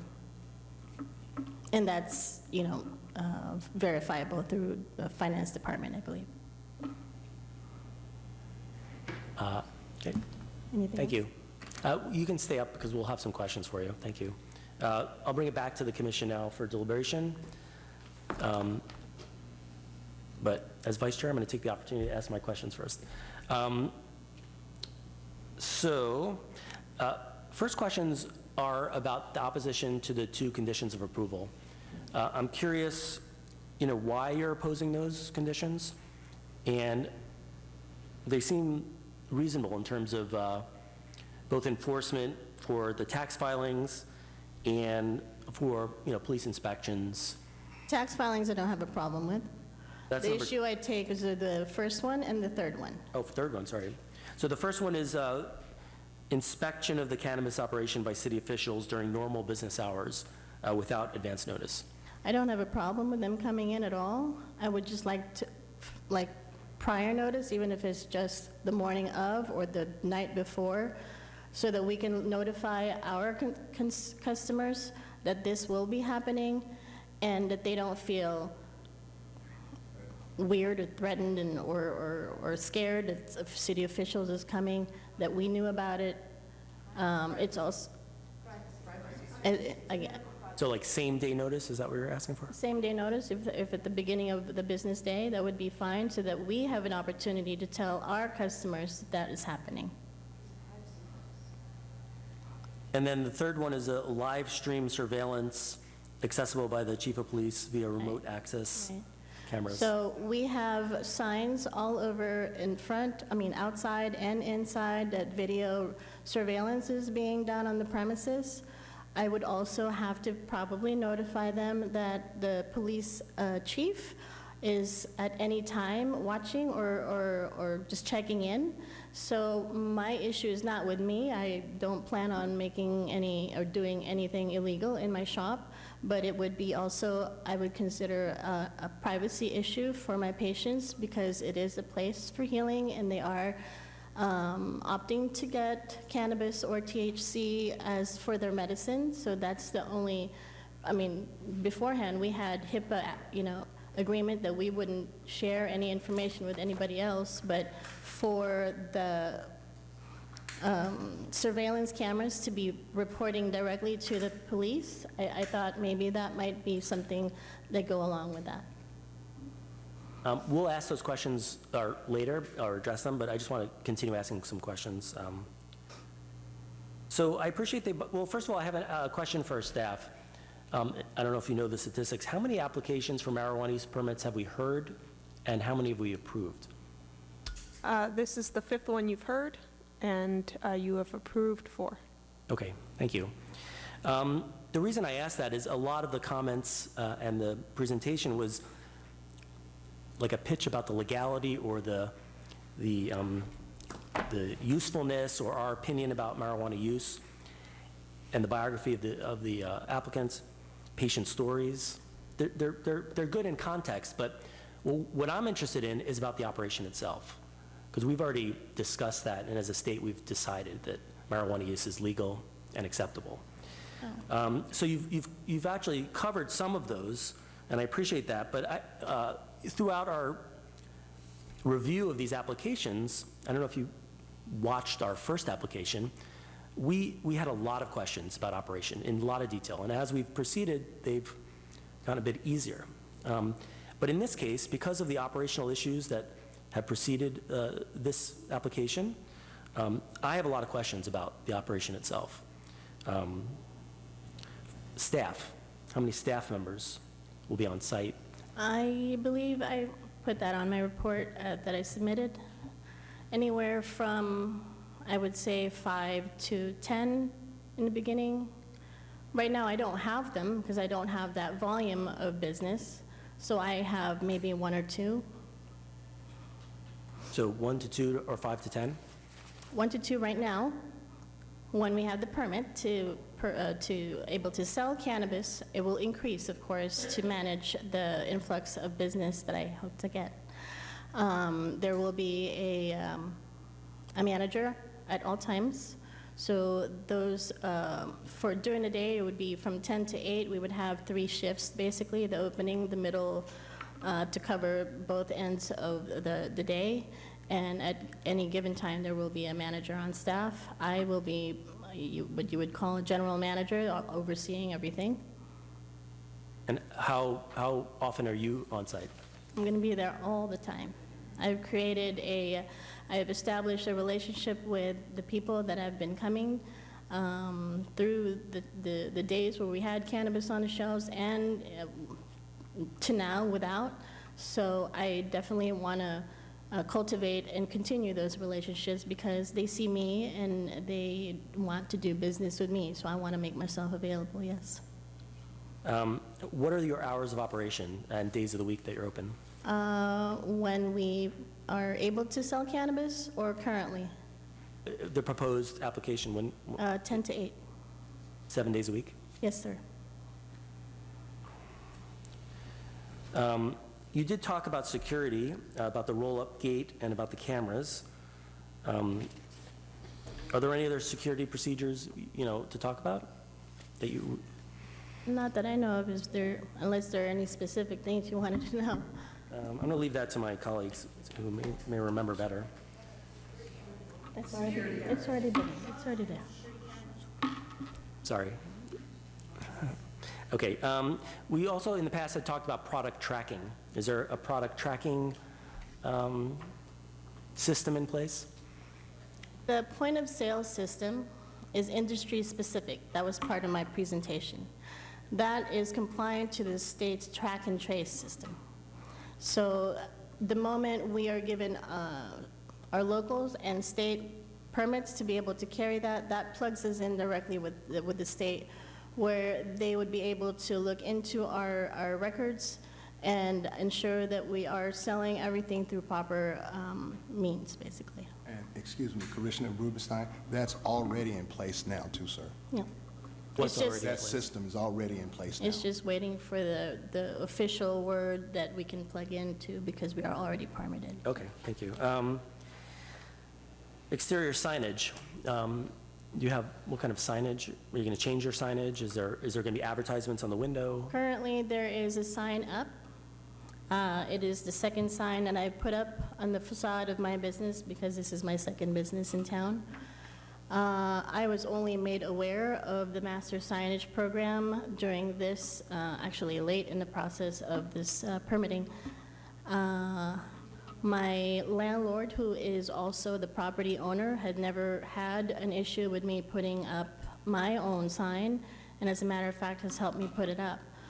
So, as it is, there are individual letters up on the facade of the building. They spell out Seaweed Holistics. We have made an effort to make it compliant and painted the surface of the letters gold. It's not necessarily my taste, but I thought that our sign originally was in keeping with the theme of the plaza, beachy at the time. I don't know where gold will equate to beachy, but that's a matter of interpretation. And Commissioner Rubenstein, the gold fits with the signage program for Rockaway Beach, and the letters are within the parameters of the measurements. And measurements of the sign. Right. They all have the same, similar signage, right? Yep. Do you have a delivery business? We do not. Proposed? And so this is a question not so much in a consideration of whether we want to approve or disapprove based on the conditions in your settlement agreement, but I'm trying to understand why, what motivated you to operate after this amnesty period and continue operating, afoul of the agreement or rules proposed by the police chief? Well, at this point, I think it's just has been a matter of interpretation of what the sunset clause is, and the sunset clause is something that the state had provided for those with paperwork certifying us as Prop 215, and that was established in 2016 August. By that definition, we were allowed, just like everybody else, to be able to operate during that transition period from basically all of 2018 up to January of this year. So that's what we held as our legal means for operating that way. And the idea behind that was that the state realized that, you know, folks have been living or making a living selling cannabis, medical cannabis, in the state of California since 1996. And to just cut them off at the knees, basically, because we're going through a permitting process didn't seem fair. So in order for the cities, the local jurisdictions, to follow their processing procedures, it allowed for those of us who are in the industry already to continue, and hopefully within that time frame, the cities would be able to permit everybody that they needed to permit. So you started with sort of almost like a legal justification, but I'm trying to understand the motivation. Was it to serve your clients? Was it to pay your rent? What was the? I would say all of the above. And Commissioner, also a lot of it, to be honest, had to do with me. A lot of this stemmed from my actual condition from developing epilepsy over a period of time. And cannabis has helped change my life tremendously. And I've gone in the last 7 years from working a 9 to 5 to being almost, some days I can't hardly walk, and some days I can't hardly get up. But I know cannabis has changed my life tremendously, and I've wanted to be able to share that same thing with other people, and I couldn't find anywhere, we couldn't find anywhere in Pacifica that allowed us to do that. Anywhere that we felt comfortable, somewhere.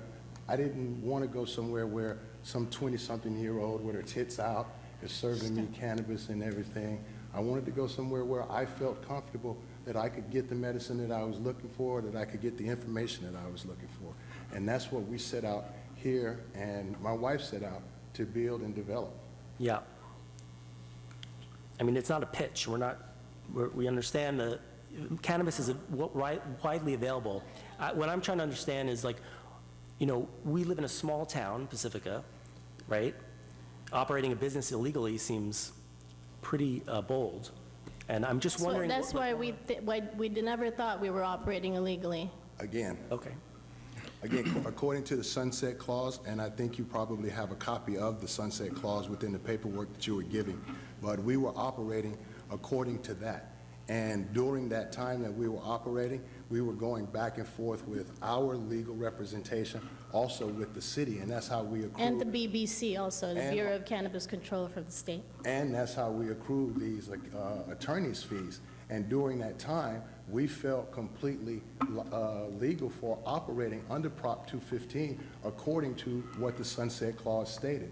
But again, with the misunderstanding that obviously there was between us and what the city said, we made the decision that we would come to a conclusion to just pull the cannabis off the shelf and do what they asked us to do. Did you have a legal opinion about that, or that was your interpretation?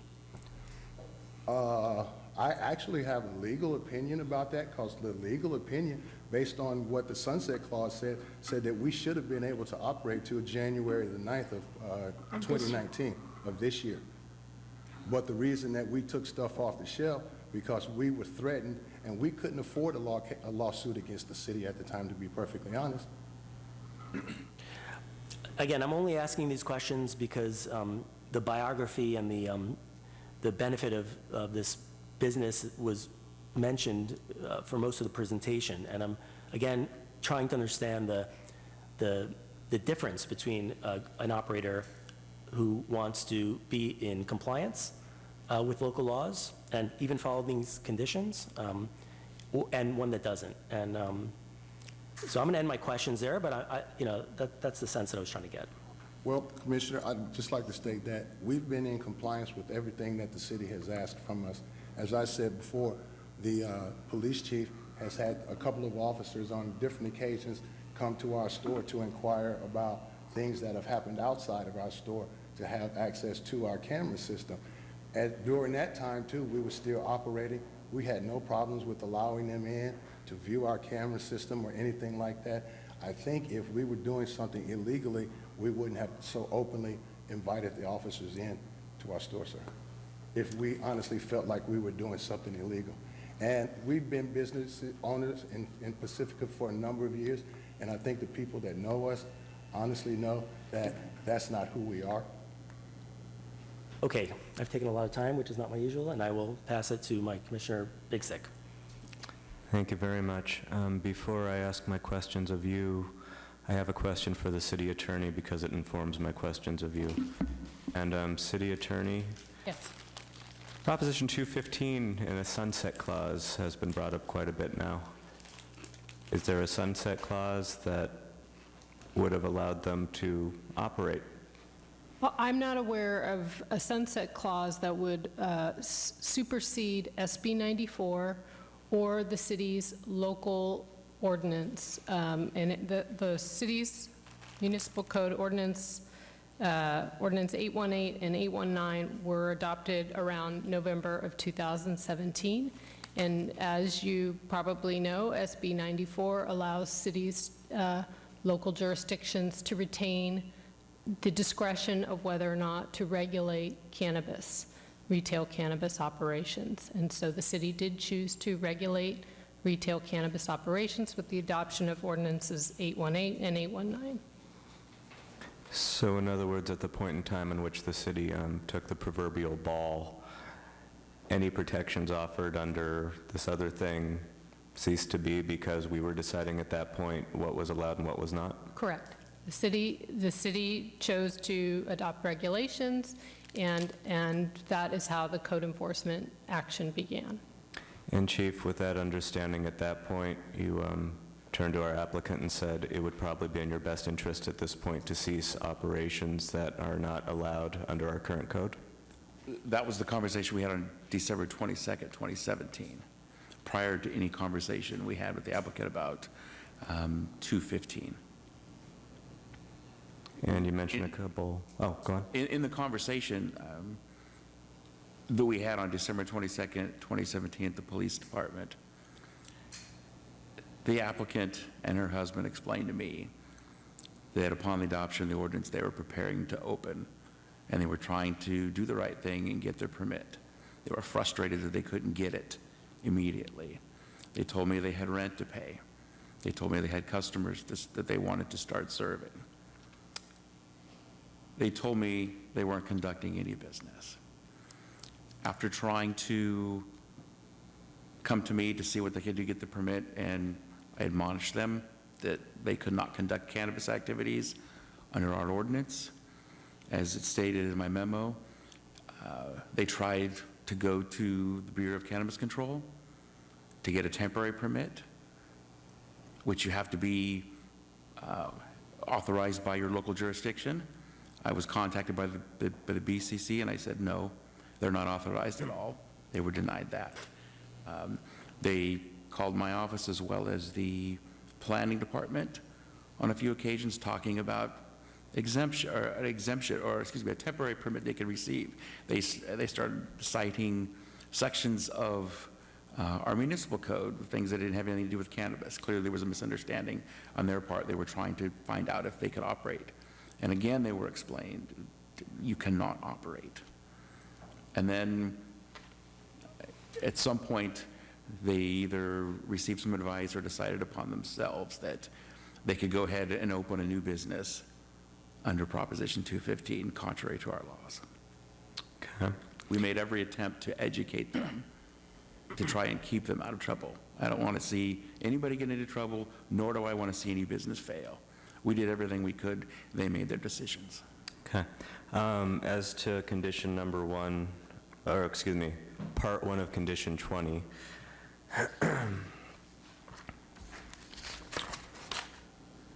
which is the inspections without notice. Is there a way to do that in such a manner that it's not somebody clearly in uniform coming and disconcerting the patients? Because if we do approve this and we put these conditions in effect, clearly it's not the patient's fault that we feel the need to put these conditions in effect. Is there a way to follow through on that point number one, where it's not troubling to the clients? Well, certainly I have a cannabis enforcement team within my department now. They're comprised primarily of detectives that don't wear uniforms. When we talk about inspection, we're not talking about serving a warrant. We're not talking about uniformed personnel coming in and exerting authority via the uniform and making a big scene. What we're talking about is walking in and making sure that business is being conducted the way it should be conducted. It's also, I believe there will be some of the inspections that will be conducted with, not just this business if it's approved, but any other cannabis business, where we will have our consultants with us who are professionals in conducting these inspections in a very professional manner. They are not law enforcement officers. They will not be wearing uniforms also. Our intention is not to try and intimidate. I think that there are some people in this business that are still of that mindset. And that's not the case. That's not our intention. We don't have any desire to drive customers away. A department within the city, even the police department, especially the police department, we gain no benefit by driving customers away. We gain no benefit by a business failing. And that's something that I spoke about before this commission, as well as the city council, talking about how we wanted to work hand in hand with these businesses now that this was going to be the new normal. We recently had a business open with their grand opening, and their invitation was to us was, we're not doing anything we're not supposed to. We want to be successful. Come in anytime you want to talk to us. Talk to our employees. We want you in our business. So you can see there's two different mindsets, and it's our goal to, once this program's up and running, we have all 6 operating, that the police department is actually someone that they see as a friend, someone that if they're doing what they're supposed to be doing, they know they can come to us, and we're here to try and help them to be successful. Sure. For the sake of clarity, I think you were perfectly clear. We're talking about plain clothes and discreet for that part 1, correct? Of course. Very good. And question for City Attorney. The main concern raised as per Part 3 of Condition 20, and that's the one where the applicant is to provide a live stream of video surveillance which is accessible to the Chief of Police via remote access 24 hours a day. So first of all, that's accessible to the Chief. It doesn't say anybody else. Would that violate any HIPAA laws that are in place? Not that I'm aware of, and currently the code requires that there be, and Senior Planner Murdoch or Chief Steidel can correct me if I'm wrong, or maybe I'll have Chief Steidel weigh in. So as it stands now, the way the ordinance is written, a cannabis operation operating within the city and permitted by the city and the state to operate, it must have 24-hour video surveillance. It must be, I believe, recorded at least 30 days according to our ordinance. I believe state's actually longer now. I believe the state may be 60 days. And they have to provide me with that video, or my department that video. I could, if they're open for a week, the second week I can call and say, I want 6 hours of video from 10 p.m. or from noon to 6 a.m. or noon to 6 p.m. for example on this given day, and they have 24 hours to provide me with that video. It's not a privacy issue. The purpose of this specific portion of the conditions were they've been less than honest with me and with the police department. So if you have nothing to hide and you're not doing anything you're not supposed to, you have that thought in the back of your mind that someone might see that we're doing something we're not supposed to. And if they're not, if they're operating above the board, which we hope, I genuinely hope they will, again, these go away in 2 years. So regardless of this condition being in here, at any point you can call up their video surveillance anyway, is what you just said? But that's correct, and they would have 24 hours to provide that to me. Okay, thank you very much. So, that being straighter in my mind, Excuse me, Commissioner Big Stick? Yes, sir. No, please, you can't address the commission at this point. I'm Thank you. sorry. Okay.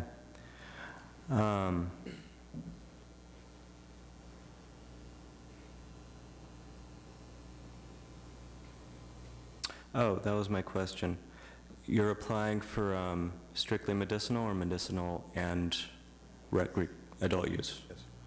Colloquially referred to as recreational. Okay. I have no more questions at this time. Thank you. Commissioner Niblin? Thank you. And I think in the interest of, just for my own purposes, cutting to the chase, I think that I'm inclined to vote in favor of this particular item for the various reasons stated in the staff report, and with particular support for the conditions that the Chief of Police has laid out with staff.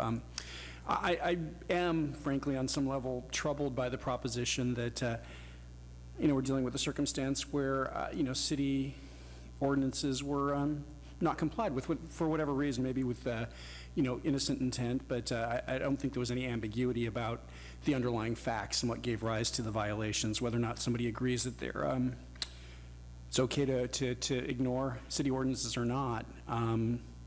It's just not the way the system works. You can go and ask the court to enjoin the city, but you can't ignore the city's ordinances. So that was troubling to me, frankly. And I think this is a reasonable way of addressing those concerns, having a means of verifying going forward for the next couple of years the way things are going to happen, and making sure that staff and the business owners can work in partnership to ensure that the city requirements are met. Because I think there is a basis for having some concern along these lines, notwithstanding whatever the innocent intentions were, and I'm prepared to accept that they were innocent.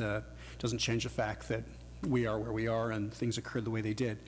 I'm not inclined to tell the Chief of Police necessarily to, how folks show up. I trust the discretion of city staff, but if on a particular day uniformed officers are the only folks who are available to do something, then I think that ought to be in the discretion of the chief.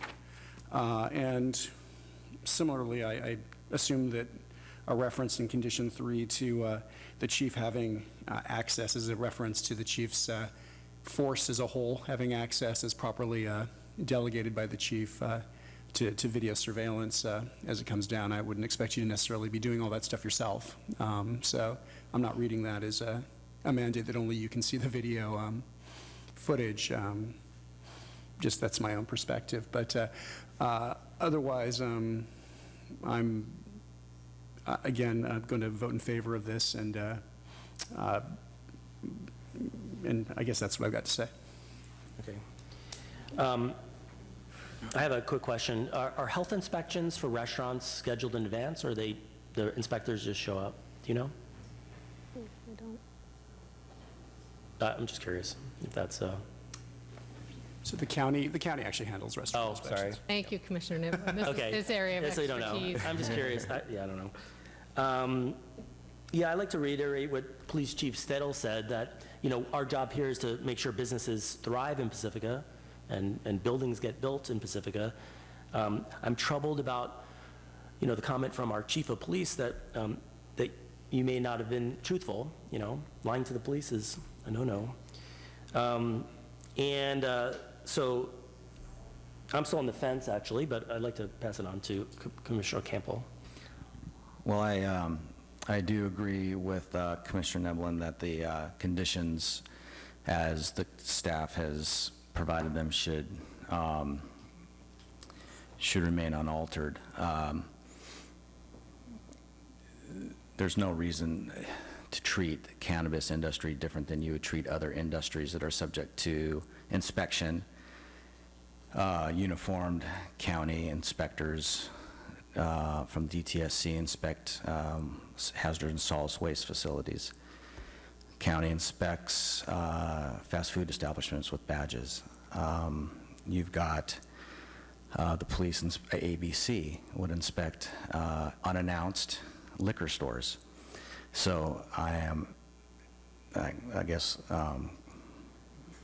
curious why we would have any sort of a restriction on unannounced uniformed inspections by code enforcement personnel or law enforcement personnel.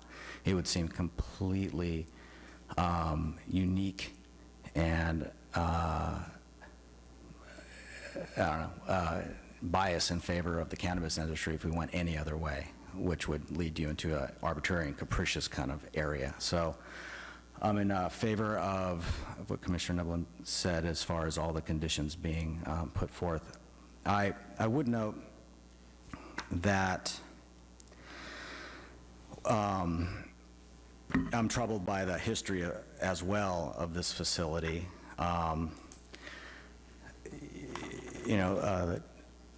It's remarkable that we have this statement from the Chief of Police, and at the end it says, "I submit to the Planning Commission my professional opinion that as Seaweed Holistics has demonstrated the desire and ability to violate the law at their will, it is reasonable to assume they will continue to do so as it suits their needs." There is nothing in the conversation between the police chief and Commissioner Bigstick that really contradicted that. There was, I think, and Police Chief Seidel, I do not want to put words in your mouth and contradict me if I've got it wrong, but what I heard from you was a comfort level with the enhanced security provisions, but nothing that contradicted that statement. But please. Yes, nothing that contradicted that statement. I stand by that statement based on my, more than a year of contact with the applicant in going through this process. However, with what I think here are reasonable conditions to put on them, I think that we can mitigate that and give them the opportunity to show that they're doing the right thing. And if they do the right thing, then they will likely be successful. Thank you. And I want to sort of preface my statement by saying I have voted for cannabis retail shops in this town. I have voted against some. And this isn't specific to cannabis. This is really specific to the way we do business in this town, which I think is not to beg for forgiveness instead of asking for permission. And I don't think that that is a message that we want to send to the regulated community in this town if this is the way that we're going to do business in this town. I think that if we would have a very different maybe attitude up here if this were a developer who went and cut 30 heritage trees and then asked for a business license, or if a liquor store was selling moonshine out the back or selling cigarettes illegally and then came in for permits, or you can think of any number of retail establishments that I think would probably get a little bit more scrutiny and a little more public outcry, maybe, I don't know. So those are the things that trouble me. The other thing that troubled me is at no time in the applicant's presentation did I hear any sort of remorse or an apology or even that, it was an honest mistake. It seemed that I got the sense it was everyone else was at fault. So I'm on the fence. My inclination would be at the very least, and I just only because the police chief Steidel's belief that we can get through this with these enhanced security provisions. But I mean, my inclination is still really to deny the project until we can get a maybe even more enhanced security provisions. But I think police chief's an expert in this field, and at the very least, I would go for an unaltered security provision before I would support this. But I'm going to see what the other commissioners say. Thank you. Commissioner Berman. Touching off of Commissioner Campbell's points and bringing it back to packet page 150, I understand that our job here as the commission is to not base our decision on a closed litigation, so I want to respect that. But kind of more theoretically, looking at the essence of this requirement that we have to take into consideration. Effectively, the requirement that we have to consider is the applicant in the middle of a litigation, which would imply that they possibly have broken the law. And it doesn't specify, I mean, it's with the city, and that instance did happen, and I respect that it's closed. But I guess theoretically, the essence of this is to determine if the applicant is unlawful or if they've done something unlawful in the past. In this particular case, I get the sense, especially being someone that works with a lot of code, everything could be convoluted if it's not your profession. Law is certainly not my profession, so I do feel that it was probably some misinterpretation, which brings me back to the essence of this requirement, which I know we've talked about a lot today. And I don't think it was done in vain. Granted, I do certainly agree that we shouldn't be a city where you ask for forgiveness rather than following the very outlined procedures of the city. So I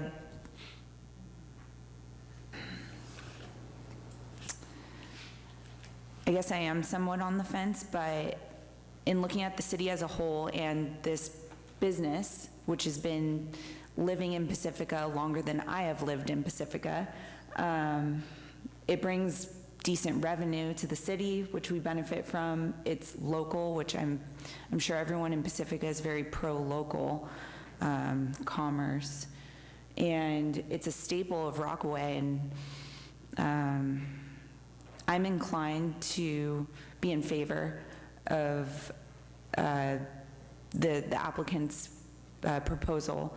And I certainly agree with implementing condition of approval 20 as it's stated. And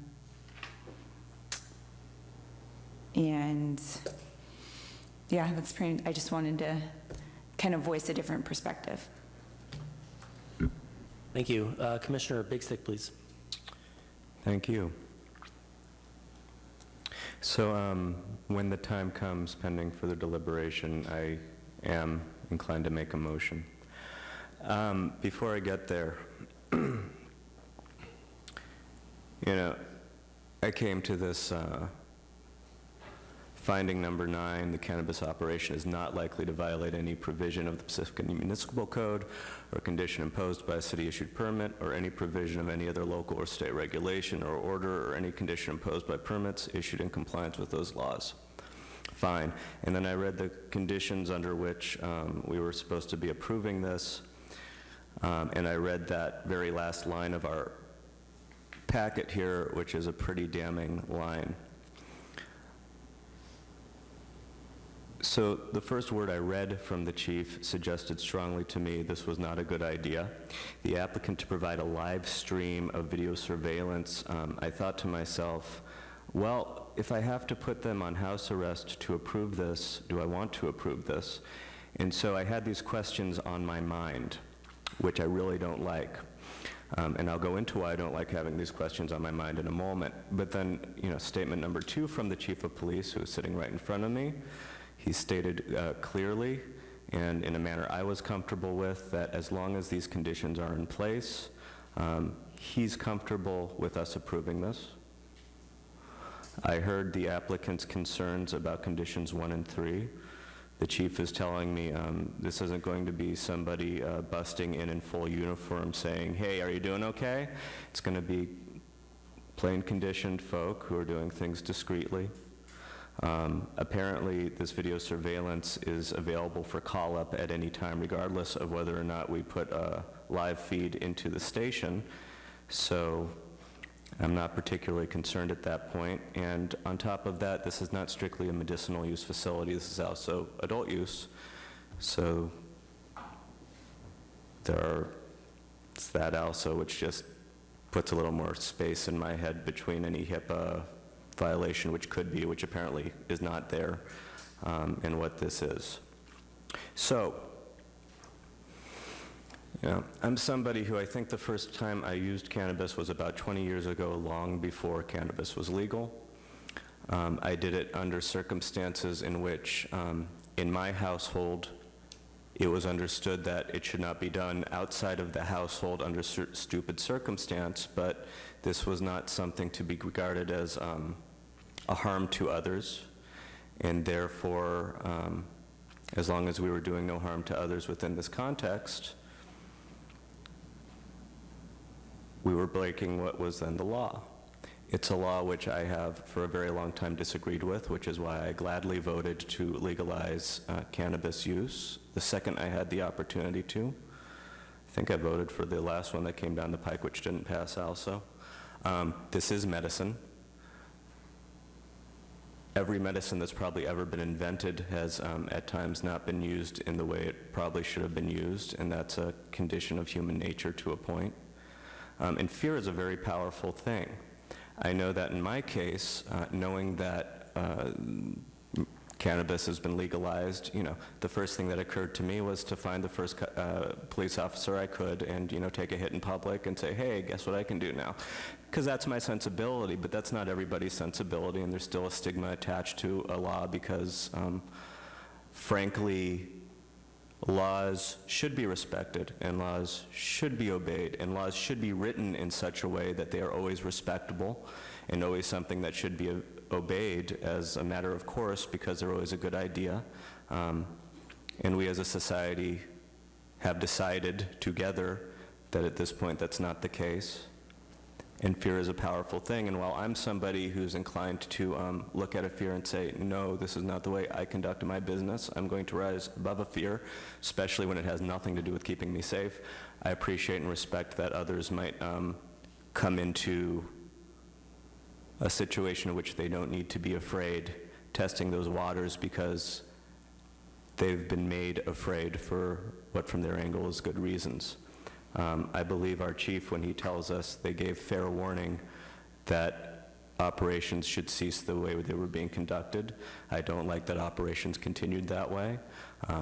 It annoys me that there was no mention of, in retrospect, maybe it would have been better if we had tried this a slightly different way, a little bit more respectful of the laws of the city.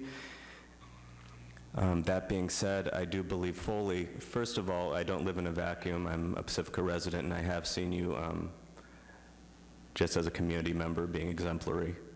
And I do believe the folks who have been taking your medicine who are coming here to say, hey, we need to continue taking our medicine. So I believe in this substance as medicine. I believe that people shouldn't be deprived of this who feel very comfortable with you because of decisions that I would rather you had not made, the applicant had not made. I'm going to vote in favor of this, and as I said prior, I'd like to make the motion when the time comes.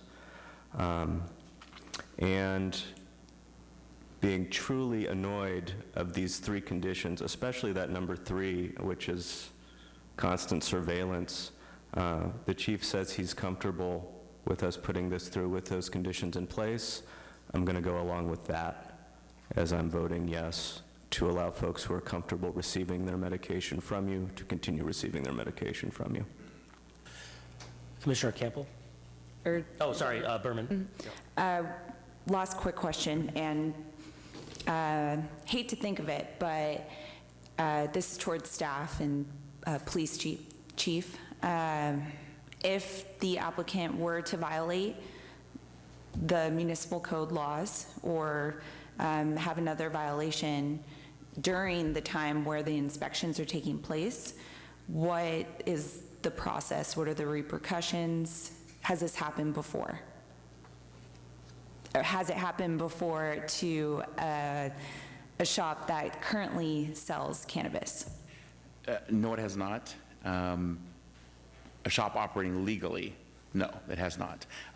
Should there be violations of the municipal code, I have the authority, and of course we would weigh this, we would weigh the violation with the, with what appropriate action should be, but we have the ability, I have the ability to pull the public safety license.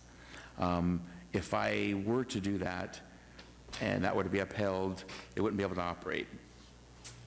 And also, if you have no more public safety license, your cannabis activity permit also goes away. It becomes invalid. So there is that leverage that, in the public safety license also gets reviewed every year. So if we, not just in this case, but any case where if you have somebody, if they decided not to follow the laws or became a problem establishment, we could use that as a way to make them straighten up or make sure that their business does not conduct operations any longer. Okay, thank you. Sorry, I'll just add that condition of approval number 4 just clarifies that if the safety license does get revoked, that the cannabis activity permit automatically Goes away. becomes invalid. Okay, thanks. I'm ready to make a motion or other questions. I just have couple more comments. I don't want to take up too much time tonight. I think with regard to these violations and operation, what we're really talking about is tax payments and these conditions of approval. I'm not thinking there's criminal activity happening at this place, and that's my sense, right? It's more about paying taxes and paying fees and these conditions of approval. I don't think, I just want to state one thing. This is not any kind of discussion about the legality or the benefit of medicinal marijuana. It's a business, and that's how I look at it. Just like if you were an auto repair business or you were selling, toothbrushes. So I just want to say that that's my angle on this thing. I don't have any questions, though. Through the chair, as we continue talking about this and then as you continue to deliberate, staff has realized that we did not include a condition of approval to set the hours of operation from 10 a.m. to 8 p.m. as the applicants have proposed. So one thing we would recommend, if you guys are interested in, is adding a condition of approval, just setting those hours of operation.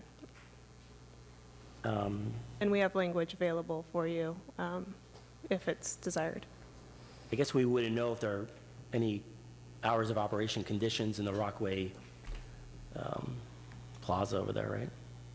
They're not specific to the area. They're within the operation hours that are allowed under our municipal code. These are the hours that the applicant has proposed to operate, the 10 a.m. to 8 p.m. Do the conditions of approval incorporate the operations plan, which does in fact state the 10 to 8 timeframe? Yes, it does, by reference, but it just makes it a little stronger to Sure. add conditions. Well, maybe whoever makes the motion will add that to the motion. Commissioner Big Stick. I am ready to make that motion. Without this condition of approval, by the way, would they be able to change the business hours at will? With or without, sorry? They'd probably have to change the operating plan, amending right? the operations plan would likely not be an option, given that the Planning Commission specifically has to make findings and approve the operation in reliance on that. What we've done with the other cannabis operations is fix their conditions of approval, fix their hours of operation through a condition of approval. We think that although it's enforceable by reference to the operation plan, it's just greater clarity, and for sake of ease of administration for staff in the future, we would prefer any motion to approve to include the hours of operation as a condition. Okay. In that case, I move that the Planning Commission finds the project is exempt from the California Environmental Quality Act, approves cannabis activity permit CAP-8-18 by adopting the resolution included as attachment A to the staff report, including conditions of approval in Exhibit A to the resolution, along with another condition of approval that business hours will be from 10 a.m. to 8 p.m. Correct, daily. daily. Incorporates all maps, the applicant's CAP application, and all attachments and testimony into the record by reference. Commissioner Berman. I second the motion. And before we vote, if anyone wants to deliberate further, they have that option, correct? I think we're going to vote. Very good.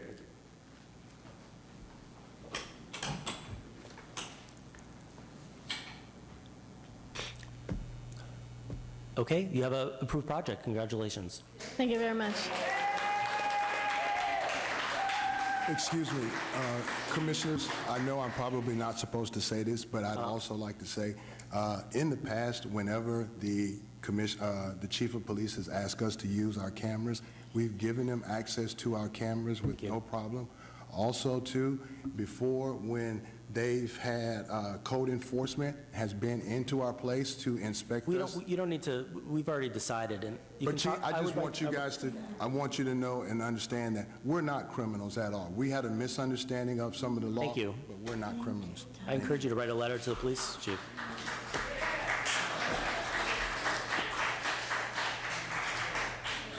Okay, and now we're going to do the text amendment? Okay. Next on the agenda is file number 2019-19, text amendment TA 116-19 to amend existing zoning regulations in order to establish a procedure for reasonable accommodations for persons with disabilities in the City of Pacifica's land use and zoning regulations in accordance with the state and federal fair housing laws. Recommend CEQA action, no further environmental review necessary pursuant to California Code of Regulations, sections 15162. Recommended action, adopt resolution initiating the amendment and recommending approval to City Council. Staff report. Thank you. I am Associate Planner Bonnie O'Connor. The item before you is a proposed reasonable accommodation ordinance to allow deviations from residential land use and zoning standards and projects that improve access for persons with disabilities. The Federal Fair Housing Amendment Act of 1988 and California's Fair Employment Housing Act prohibit discrimination against individuals with disabilities in housing and require that local jurisdictions take affirmative action to eliminate regulations and practices that deny housing opportunities to individuals with disabilities. Providing reasonable accommodation is one way for local jurisdictions to provide relief from land use and zoning regulations and procedures that have the effect of discriminating against the development, siting, and use of housing for individuals with disabilities. Examples of reasonable accommodations may include, but are not limited to, reduced setbacks for accessibility improvements, reduced minimum landscaping coverage for hardscape additions, such as widened driveways, parking areas, or walkways, or heritage tree removals to allow construction of accessibility features. The proposed amendments would enact a new Article 51 to Chapter 4 of our zoning and Title 9 of our planning and zoning sections of the Pacifica Municipal Code to establish a procedure for requesting reasonable accommodation in the city's land use and zoning regulations for persons of disabilities, as protected by fair housing laws. Under the proposed ordinance, requests for reasonable accommodation could be made by any person with a disability, his or her representative, or a developer or provider of housing for individuals with disabilities when a modification or exception to the zoning or land use regulations would eliminate regulatory barriers and provide an individual with a disability equal housing opportunities. The ordinance establishes that a zoning administrator shall make written determination with no public hearing or public notification requirements on a reasonable accommodation request within 45 days of finding the information related to the request complete and when no other discretionary permit is required. If the request for a reasonable accommodation would also require one or more discretionary permit, such as a use permit, coastal development permit, the proposed ordinance establishes that the review authority, public noticing, and determination process for the reasonable accommodation shall comply with the process established for the respective discretionary permits. The proposed ordinance identifies 6 findings to support approval of the reasonable accommodation, which addresses confirming the need for the accommodation, minimizing the request as practical, reviewing architectural compatibility, avoiding an undue financial or administrative burden on the city, avoiding a fundamental alteration to the city's land use and zoning regulations, and avoiding a circumstance of affecting health and safety of the resident or the public. The proposed ordinance contains provisions to preserve the privacy of any disabled individuals requesting a reasonable accommodation. Any information identified by the requester as confidential shall at all times be retained in a manner so as to respect the privacy rights of the requester and shall not be made available for public inspection unless required by law. In addition to adding a new article Amendments are proposed to Article 38, the administration section of our zoning section, to clarify the zoning administrator's authority to make decisions on the reasonable accommodation requests. Creation of this ordinance was directed under Action Program Number 6 of the General Plan Housing Element and was reviewed under the provisions of the California Environmental Quality Act as part of the city's Housing Element Update Negative Declaration. Therefore, staff recommends adoption of the attached resolution initiating the text amendment and recommending approval to City Council. Thank you. Thank you.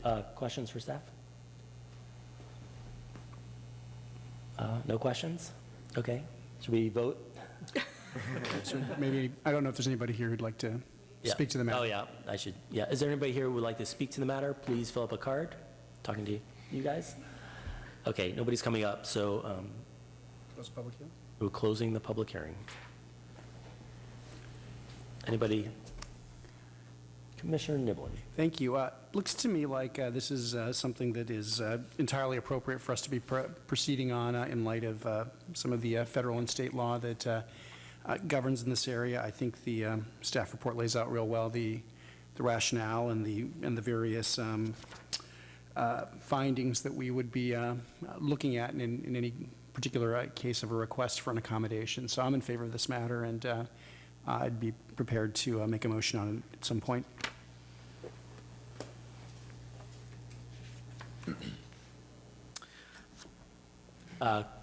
Commissioner Berman. I was ready to make a motion, but I think Commissioner Campbell has a question. Commissioner Campbell.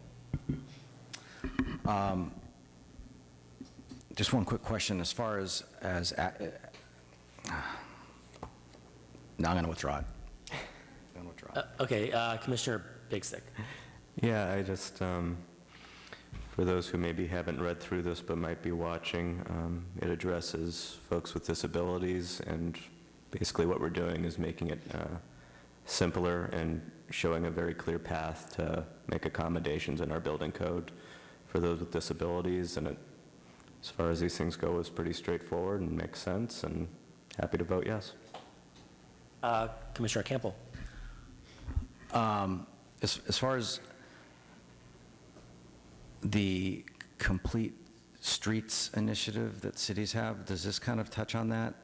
As far as, like, you know, when you put a home in and you put the sidewalk down, it's got to be, well, lately it's been cement sidewalks, but I'm just kind of wondering is that something that plays into what we're doing?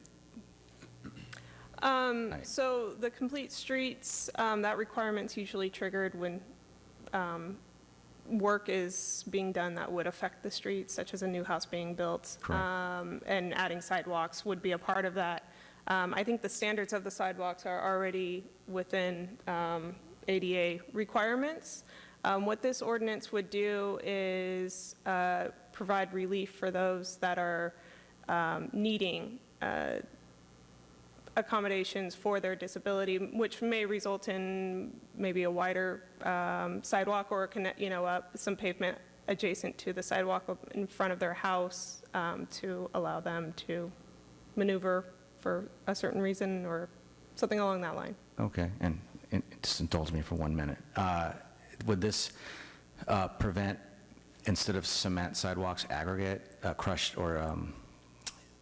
aggregate sidewalks that we've seen in some neighborhoods, crushed decomposed granite? Would it prevent that? Yeah. Might be a building code question. I don't believe decomposed granite is part of the complete streets standards. So the complete streets standard should remove those from continuing to be allowed. And I don't see where more decomposed granite would benefit someone with disability. So I wouldn't see them being increased as a result of this. Okay. Thank you. Commissioner, you get the same deal, 1 minute. Okay, sounds good. Just a quick touch on, this isn't why I pinged, but from my 2 cents, decomposed granite, there are options to have a permeable decomposed granite path that is ADA compliant. It's based on the stabilizer in case, because I'm very pro permeable path, because it helps with stormwater treatment. But anyways, I digress. I'm very much in favor of the city code change, especially being in the design industry that has to comply with ADA compliance. Oftentimes, cities that have very outdated codes or general plans don't account for the imperviousness or improvement area that's needed to comply with ADA parking, pathways, clear spaces, turning spaces. So it's refreshing to see this, and I'm ready to make a motion. Okay. Please do.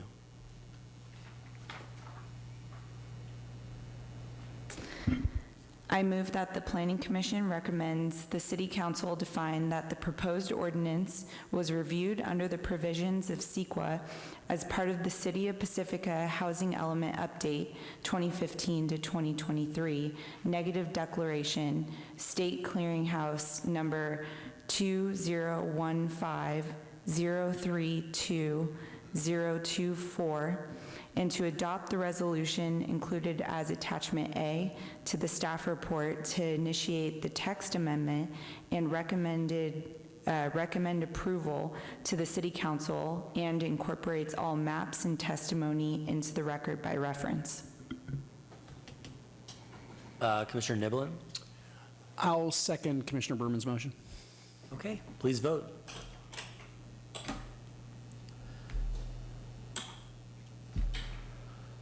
Congratulations. We have a amendment. Okay, next on the agenda is communications. Christian, or, yeah. Ordinarily, the commissioners first have an opportunity, followed by staff, but if there are no commission communications, I'm happy to begin my I had a quick one. Oh, sorry. Just, what's the, was there any communications with the Coastal Commission regarding the issue that we had with the thinking that the C2, or that the CR Commercial Recreation District zoning in the Clausen Field was changed to a C2 Community District? Sure, we're continuing to work on that issue and hope to be able to speak to that if it comes up on September 30th at a special meeting of the City Council, which I'll talk about in my staff communication. Thank you. Mr. Bigsick? Sure. And one of my communications is simply that we have been holding those joint study sessions lately. If you're someone who doesn't necessarily tune into, well, I don't know. We've been doing joint study sessions with council, and we've all been there for the most part, and that's ongoing, but we have made some headway in terms of moving forward on general plan and local coastal use plan, and city staff will tell you anything else. The other thing is I attended the ribbon cutting for the overcrossing over there on by the Thai restaurant in Eureka Square, and it was a lovely event. And it was nice to see an effort between the city and Caltrans that was really rather positive, and to see Caltrans have a positive moment. That's not always the case in this town, but that was a very happy occasion in which basically together we could present something that's an example of what happens when we work together. Really beautiful bridge, and it was a very pleasant event. Those being my communications, I did have one question about October 14th. You mentioned we're going to need a liaison down the road. October 14th looks like Columbus Day. Does that affect the schedule at all, or will it still be October 14th accordingly?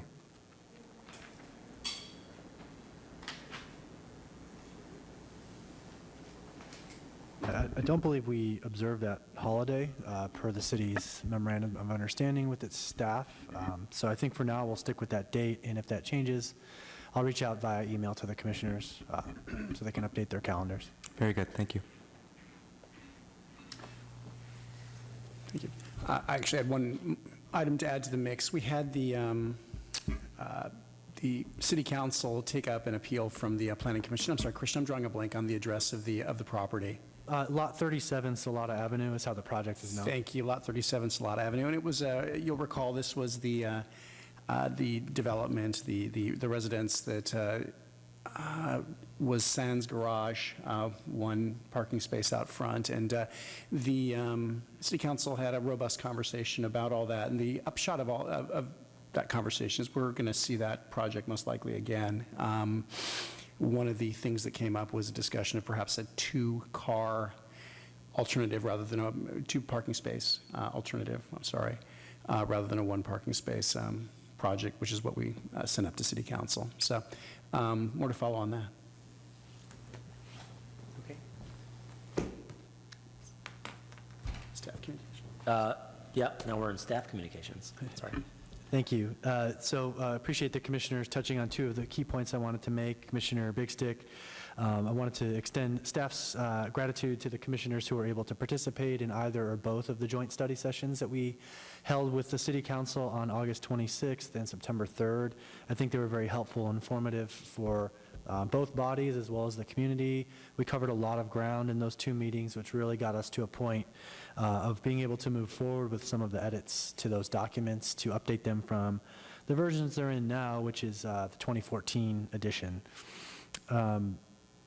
With respect to the ongoing Plan Pacifica effort with the general plan update, the LCP update, and the Sharp Park specific plan development, the City Council will be holding a special meeting on September 30th. It's a fifth Monday meeting, so for those of us that count on those fifth Mondays to have a night off, not this month. But in any case, it's an important meeting the council has asked for to discuss the LCP in greater detail than we were able to at the joint study sessions, and in particular to discuss what we've branded as the consultation draft. That's the culmination of all of the public input that we've had in June and July, as well as the joint study sessions to achieve a red line version of the 2014 draft of the LCP, incorporating all of the feedback to date. We're happy to say that we've released that this evening on the planpacifica.org webpage and sent out an email blast to our Plan Pacifica email group. So you can see where the public process has left off on the LCP and the document that the City Council will be discussing on September 30th. And express my appreciation to Associate Planner O'Connor as well for her significant effort to bring the city's sea level rise adaptation planning, where it ended in December 2018 at the City Council, and wrapping that into a very nice and concise version in a new Chapter 6 in the LCP called Coastal Resilience. So my thanks to her. Beyond that, as Commissioner Niblin mentioned, the Lot 37 Salata Avenue project, the Commission approved the development permits contingent upon their recommended general plan amendment and zoning change to high-density residential and R3 zoning. The City Council introduced the ordinance to approve the general plan amendment and the rezoning, but referred back to the Planning Commission for further consideration the development permits, and as Commissioner Niblin pointed out, in particular, the applicant indicated he may be able to achieve a two-car driveway configuration. And so that project will be coming back to the Planning Commission most likely on October 7th. That's all for tonight. Thank you. I'm going to make a motion to adjourn. I'll second your motion. Okay, please vote. Thank you. Good night. Yeah.